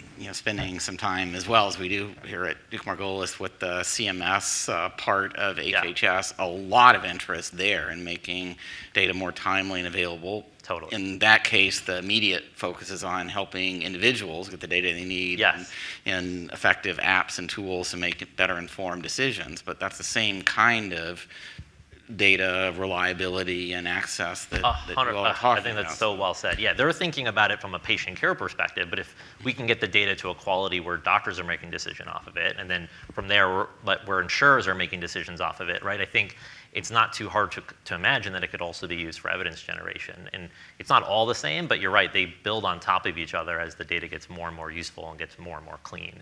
And so I think it's pretty exciting to think about that. Okay, and after picking on Shantanu, Daniel, maybe if you don't mind, I'll go back down this way. Thoughts about other opportunities to leverage HHS and government-wide initiatives for these R2VE goals? Right. I think we have had a lot of strength and collaboration with our colleagues across the department. Dr. Denisa Marinas-Dabic has been working with CMS as well as folks within HHS, ASPE, I believe, and others on on TMJ, and there's real opportunities within the TMJ space to get together as as sister agencies to be able to capture real world evidence and better understand the treatments for the disease as well as medical device performance, et cetera. Another example across the department too, I think just kind of to build on the CMS piece, I spent a little bit of my career in CMS coverage evidence development, and Dr. Viviano had presented a slide there on the evidence and how it builds, right? How real-world evidence doesn't have to be everything to everyone. It could be complementary at first for a clinical trial, right, addressing possible safety questions, et cetera. But really, working with our sister agencies such as CMS to identify what's the right touch, moving from clinical studies to when do we start to leverage real-world evidence, and when that can inform both post-market as well as coverage decisions and feedback in through a total product lifecycle approach for labeling expansions and to expand coverage. And I think there's been successful examples of that within the registry space, some within claims as well. TBT registry, the MitraClip work as well in left atrial appendage closure. And there's a real ability for us to align that on the coverage as well as the regulatory side, and thinking about how that extends to quality or in the innovation space too. All of us really have different carrots and sticks to incentivize those data collections, and that work also inclusive of device identification too.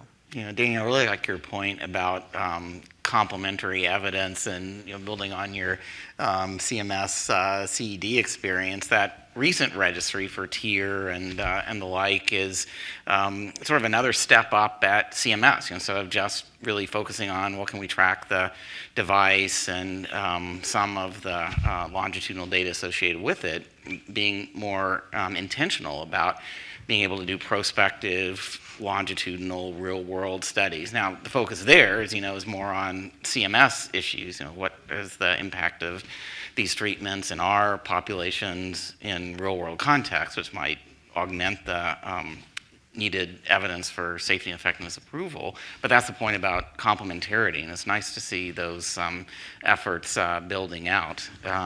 Malika, maybe? Yeah, so I think this conference today has focused largely on sort of more traditional applications of RWE for drug approvals, right, or product approvals. I come from sort of a background in surveillance and building surveillance systems, and have spent a lot of my energy there at FDA. And where I see great potential across sort of government is to use our RWE or RWD systems more holistically to build better surveillance systems that are not just surveilling, but also responding.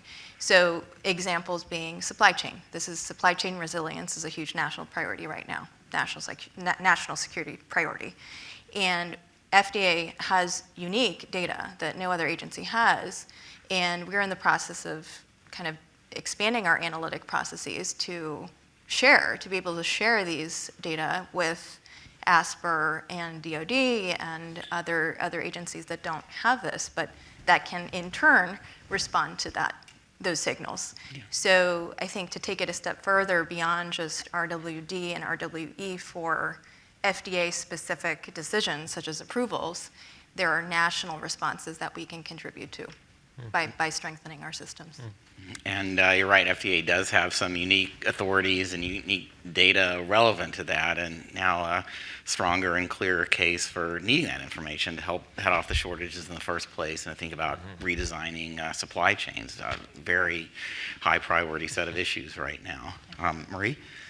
Yeah, in CEDAR we have a long history of engaging both with CMS and the VA in the post-market safety setting, both through interagency agreements and also through the Sentinel system and the BEST systems. And so we actually have these ongoing collaborations working with staff at CMS, working with staff at the VA to address, potentially impactful safety questions. And one example I can think of during the COVID-19 pandemic, FDA conducted a multi-database analysis looking at the use of systemic corticosteroids in sort of mild COVID-19, which was not recommended in the COVID guidelines.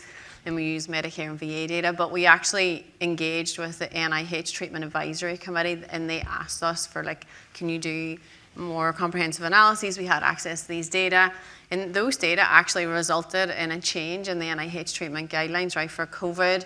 And then it led to a CDC advisory for physicians saying, look, you know, potentially this is inappropriate use of these drugs for milder cases of COVID-19. And having that infrastructure set up with the VA, with CMS, and we had some commercial partners as well, really, really helped in that sort of a, you know, pandemic situation where you need to move fast and stuff. So I think we have really good established collaborations with these centers, and I think, you know, in the future we can certainly expand on those. Building on the FDA real-world evidence framework that we've talked about, certainly some shared interests among NIH, CMS, CDC, and on these priority issues. Well, thanks for that discussion. Looking forward to more high-quality real-world evidence build-outs there.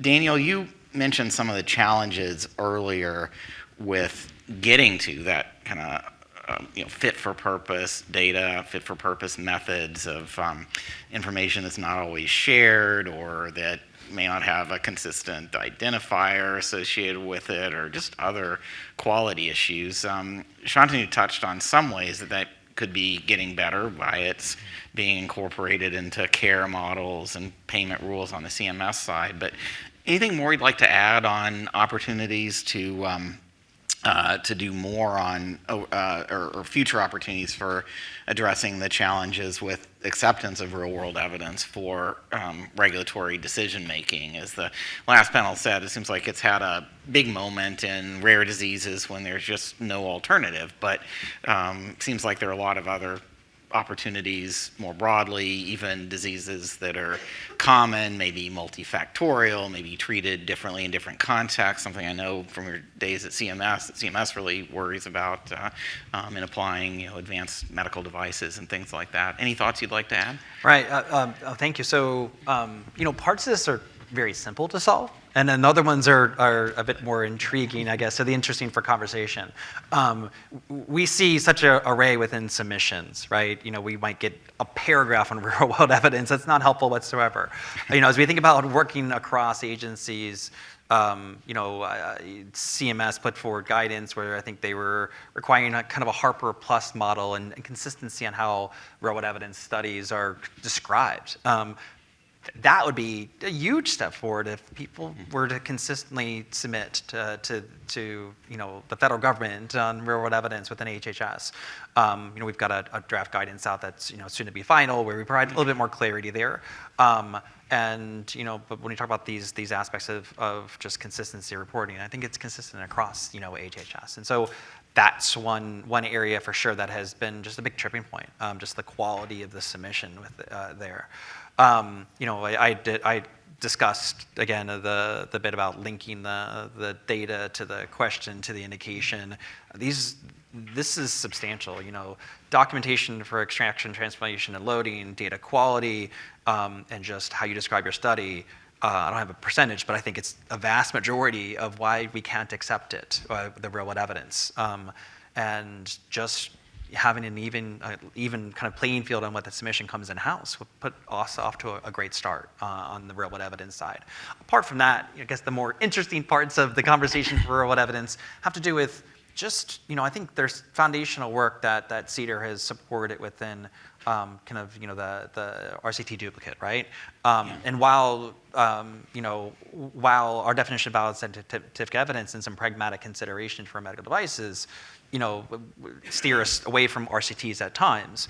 Understanding with the counterfactual and what's usually captured within prospective clinical studies is very informative exercises for us as we go through and think about in device-specific areas, whether it be orthopedics or neuro or cardiovascular, about what can we get from real-world evidence, what is the analogous situation for prospective clinical studies, and working through that has been hugely helpful. Our public-private partnership that we've engaged with has been the Medical Device Innovation Consortium. And within MDIC, as specified within the user fees, medical device user fees, as Rebecca Torreson highlighted, is that we provide money to NEST, and that's the National Evaluation System for Health Technology. And those worked examples and going through and them working to improve the level of clinical information that they can get from real-world evidence has really helped with acceptance of real-world evidence within Office of Health Technologies.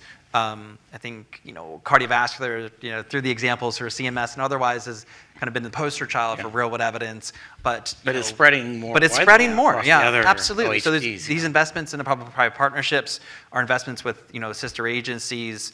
That Denise and Marnie's Dobbage is leading up is paying dividends as far as expansion of real-world evidence, and so I think those learnings and us articulating what the challenges are in each of the clinical spaces is going to continue to increase the adoption. Yeah, I know Denise has been working on this for a while, and it's nice to see that acceleration in use as well. Okay, so that's CDRH, and by the way, the NEST guide, not only the examples, including one that we heard about earlier, the case examples, but the NEST guidance, which has some notable parallels, the previous CDR and CDRH guidance. It's having that out. I think it's helpful as well. Malika, you talked earlier about Sentinel 3.0 a little bit. Can we go there in a bit more depth? I know that's a big priority at CDR, and you alluded to it earlier as being a sort of expansion area. Yeah, so Sentinel 3.0, so I think if I had to summarize it in a nutshell, the idea is to centralize and decentralize simultaneously. So the plan is right now we have these Sentinel-like surveillance systems that are in various centers across the agency. So OSC and in CDR, and then CDRH, and CBER has BEST or has had BEST. And the plan is to sort of consolidate these, save the government a lot of money, and also increase access to these tools to people in the agency. So right now it's actually very difficult to access Sentinel. There's a lot of process steps that were, it was the nature of how it was originally stood up, and no criticism to the past, it was needed at the time. But now we have the opportunity to kind of improve using the modern technology we have available to us now. So it is being transformed, and will be sort of this centralized system that has more diverse data. We're going to be undergoing a recompete that is, we'll award a new contract later this year. There will be a brief overlap period, and then in the spring of next year, we'll be on to Sentinel 3.0. And I think the main goal is to use it more, a lot more, at much lower cost, and to be able to answer questions and have any person at the agency sort of be able to answer these questions with fewer barriers between them and the data. So I think it's exciting. We'll see what happens. No, it really is. I mean, we'll see what happens, but I think the future looks pretty bright with this kind of approach. And I think there is also, by the way, another public meeting coming up about sort of the state of Sentinel, looking back and looking forward. Back to Daniel's point, too, I think some of those different structures arose partly because information technology then isn't where it is now and where it's headed, but also just the data differed. Claims data that were the basis of a lot of the early Sentinel couldn't tell whether, well, okay, the patient got a knee replaced, was it the left knee or the right knee, and not having like clear device codes. Some of the issues that are really important for the biologics center, like blood products and the like, just weren't coded in claims either, but we're not there anymore, and I appreciate the effort to think about how to bring it all back together going forward. I'm trying to think of, we've got some questions from the audience. Maria, I would like to ask you about, just to complement this on CDR, similarly is trying to take some steps like we've heard about already on this panel to learn across different offices about sort of best practices and get to more consistent methods, which goes to trying to drive towards more consistent and comprehensive integrated data systems. Can you say a little bit about how things are going with that? Yeah. I mean, I think one of our key focus areas is, ensuring consistency in the review process. And so we have already established various initiatives that support that. The first of those are obviously our guidances. We have these very comprehensive guidances that are available to review staff. And we have an OMP real-world evidence analytics team, and they are really the primary advisors to these review divisions in CEDAR to make sure that the guidance principles are being implemented in the review process. And I think moving forward, there's space for guidances to be updated as the space evolves for new guidances. We also have a real-world evidence subcommittee in CEDAR, and so this really brings together representatives and leadership from across the agency, CEDAR, CBER, and CDRH. And it's a multidiscipline, expert committee of real-world evidence, for real-world evidence evaluation and policy development. And so CEDAR, CBER, and OCE staff can bring review questions to the committee, and they provide advisory recommendations on things like data, study design, and basically give an indication of what might be appropriate, what might not, for regulatory decision making. And obviously then the review divisions can take this back to their staff, and they're contributors from various centers, and so it's a way of sort of ensuring some of that consistency across the review process. The other thing is our Advancing Real-World Evidence program, which Kristen gave a fabulous overview of this morning. One of the main goals of this is really to promote consistent decision and shared learning among both the FDA and sponsors who participate in this program. And so, in the first few cycles, we've had people from with diverse perspectives reviewing and coming together to, opine on and sort of align on, which proposals should go forward, coming from various different perspectives. And I think that program has been particularly helpful.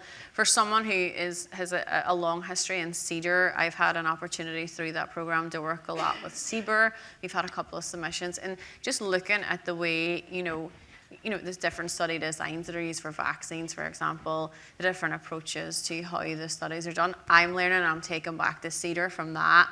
And so I think that really that review consistency is something that CEDAR is actively engaged in. And obviously I mentioned already, in terms of, more complex review submissions, I think a key focus for us is really training our reviewers, keeping them up to date, like information sharing sessions between the various reviewers, and also increased transparency, with external parties. We've listened to feedback. That's what we're doing today. I think we can expect to see more of that going forward as well.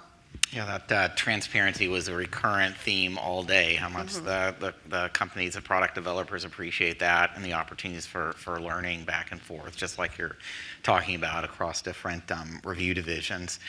This has been a great discussion. I just would like to remind people in the room and online to send in questions via Slido, and I do have a few here. So we've gone from cross program within center to across agency to across government. Let's go global.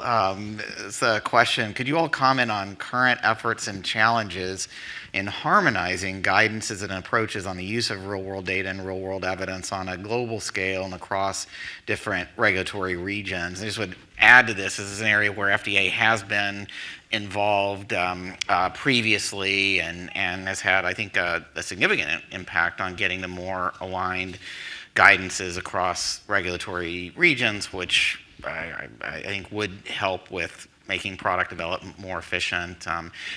That said, the data systems, as Kara mentioned in the last session, the clinical care contexts do differ around the world. So thoughts on that? And this is open to any of you. So I think, at least in CEDAR, we have been involved in, ICH initiatives that have come out with sort of harmonization principles and standards that really drive that, that sort of area forward. I think harmonization is really important, even for us within FDA, right? You know, on terminologies and on things. So it's a key priority. Yeah, and I think in terms of like the EU data sources or sort of ex-US data sources, there's a lot of complications with things like GDPR regulations that mean that like we can't bring the data into the FDA. You know, we have this patient level data requirement, and so I'd really like to see more harmonization around being able to access, you know, European or ex-US data, because often, you know, these data sources are the most fit for use, right? These systems are very comprehensive, they're closed, they cover the whole, you know, all of the healthcare encounters, and so they make for really good data sources, but there have been examples where we've had to reject them because we couldn't get patient level data because of these complications. So I think efforts to really work on issues like access to their data, terminologies, which we've been working on already, are absolutely key to moving the space forward, absolutely. And consistency in methods and more alignment on regulatory data standards and the like too. You know, other thoughts? Yeah, you know, just a few, obviously, you know, some folks from our center just got back from the International Medical Device Regulators Forum, and we are certainly plugged into that. And when work items come up on the clinical evidence front, we certainly engage. We've done so in clinical trials as well as, you know, post-approval studies work, and I know there's been conversations and real-world evidence, not in the main session, but around that. So continue to engage there. We've certainly, as an agency, have made some investments within international collaborations and registries, international consortium registries, cardiovascular, orthopedic as well. Again, under the leadership of Denise Marinez-Dabic, that has been very informative, I think, as always, you know, whether it be the registry space or supplemental information submitted in regulatory submissions, you always have to contextualize that to understand the differences of practice of medicine, difference in patient, you know, mix, even, you know, devices that are not on the market here in the States. So contextualization is important, but we are certainly very much plugged into that on the registry front as well as the IMDRF activities. And just a couple more. This is more, I think, more for those of you who are on the drug side. It's a question about use of external controls coming from formal randomized controlled trials. This is probably more relevant in the rare disease space, where there's not a whole lot of external control population use, versus RWD, RWE-based external controls. Are there ways to integrate those data sets without, you know, I think the question's getting to, well, you know, if the data collected isn't exactly the same, you can't do the same kind of propensity score matching that has been a key part of a lot of the RWD, RWE application of the FDA framework. Yeah, so what I'm taking your question to be is like, you know, what are the differences between using randomized control data as external controls versus real-world data? And, you know, have there been any attempts to sort of overcome some of the challenges with using real-world data in externally controlled trials? Yeah.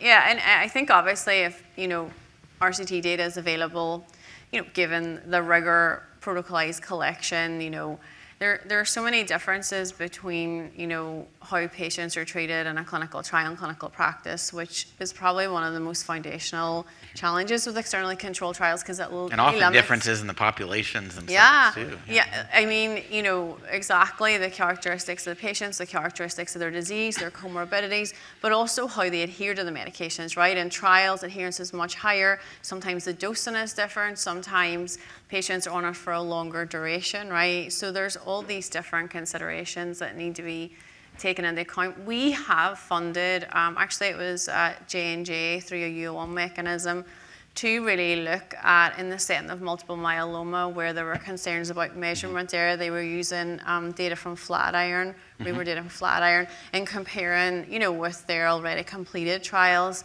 And so really in the trying to measure, first of all, that measurement error, like, you know, there's surveillance bias, like sometimes the frequency of assessments of outcomes like progression are different in clinical practice versus a real world trial, and so you're going to have some sort of outcome misclassification. Also, the way the outcomes are assessed. So, for example, in a trial, they can be very standardized. There can be images, right? In the real world, it can be maybe they apply this criteria, but not that criteria. And so, really trying to measure, what did that measurement error look like, and what was the impact? And what they did was they developed some quantitative bias analysis to really contextualize, okay, so we see that there's this measurement error. We'll do this quantitative bias analysis to really, so that you can say, okay, this could lead to these types of bias assessments. And I encourage anyone, I believe that the paper is published, but if anyone wants to reach out to me. And so we really are concerned about these approaches, and we really try to address these methodological considerations through fund and demonstration projects, and we have a comprehensive portfolio. This was one of many, but it's a big concern. And we're also I'll just finish, but we also fund various projects on hybrid externally controlled trials. So, if you want to combine both RCT and RWD in the external control arm, methodologies for this bias, type bias considerations, all those kind of things. So we actually have funded one completed, one ongoing, and just about to fund another one. So hybrid externally controlled trials are really a priority for us as well. And I think, moving forward, we're going to have a lot more answers to some of these concerns. I think inevitably it's a very difficult challenge, but we're doing our best, right? No, I appreciate it. That came out in your answer. And it was also nice to see in the, back to your collective earlier point about, look, we're getting better at understanding and creating multiple uses fit for purpose of existing real world data. There was a case example presented earlier today that had a RCT component and then a complementary evidence from just an observational analysis too. We're about out of time, Dean. I'll try to get one more question. Can you talk about NEST and whether or not partnering with NEST increases the acceptance of real world evidence or gives the FDA increased confidence in the RWE coming from NEST? Or I guess it's a synergistic effort, right? Right. So I think, as you referenced the research and data quality frameworks, and kind of bring it back to where I started, which is just my appreciation for the agency's approach now to real world evidence, where we work on the common pieces together, and other areas where we need to engage in public-private partnerships, such as what we do with the Medical Device Innovation Consortium, we'll focus those efforts, the ones that are kind of the unique challenges for medical devices. And I think that has been a place where NEST has come in as far as collaborations go. Both the speakers here for CDRH, Rebecca Torgerson and Charles Viviano, have both been kind of point on leading the activities with NEST, kind of really the interactions with sponsors and digging into some of the challenges with real world evidence. And so I think it's helped all to understand where there are national evaluations for health technology. And so really the idea here is to improve the quality of the data for medical device specifically, so that there's learnings, right? And so I think there's been challenges with, that we all kind of learned throughout the process. And it's the hope that that gets then dialed back in again. And as NEST CC and MDIC works with all the partners, data aggregators, providers, analytic cores, et cetera, that those learnings then are dialed back in. And at the same time, Rebecca and Charles are both dialing those lessons back into the Office of Health Technologies. And so understanding better about, how we can streamline the asks and the back and forth with industry, and how we can better provide our thoughts on where development needs to happen, and so that NEST can work with the ecosystem to deliver on that development, reflected out in those framework documents that you discussed. Yeah. Well, I'm hearing we are out of time. I'm hearing a lot of interest across these different components of FDA in continuing to build out, and it's really impressive to think about, these frameworks just came into existence back in 2018, how much commitment there is to continue to build them out, the fit-for-purpose data concept, the research methods, fit-for-purpose methods, and making sure that the regulatory approaches are clear and best practices are clear from these additional examples, and all of this interaction with stakeholders through groups like MDIC, through efforts like Sentinel, other private partnerships. So I want to thank you all for being here, and it gives me some confidence that we're going to have a even brighter and more evidence-based future ahead. So thank you all for that. And before wrapping up, I also just want to extend my thanks to all of our speakers, panelists who shared their work and insights today. We're learning a lot from these public-private collaborations on building examples and sharing them. I know that's extra work for everyone, but as you're hearing, it's creating a much more comprehensive cross-agency infrastructure and clarity and opportunities for getting better evidence faster. Also, a thanks to our colleagues on the FDA planning team, Kristen Miller, Diane Parowan, Motura Rahman, and Marie Bradley, also on stage with me here. Thank you for the time with our team too. And then our team at Duke Margolis, our moderators, our project staff, including Nora Emmett, Patrick Rodriguez, Val Parker, Luke DeRocher, Hannah Vitiello, Miriam Nafi, and Molly Shields. And thanks especially to all of you who attended. This is the way that we get better at science and evidence together through collaborations like this. Thank you for the excellent comments, and please do stay tuned, as there's obviously a lot more happening in this area. Take care and have a great afternoon.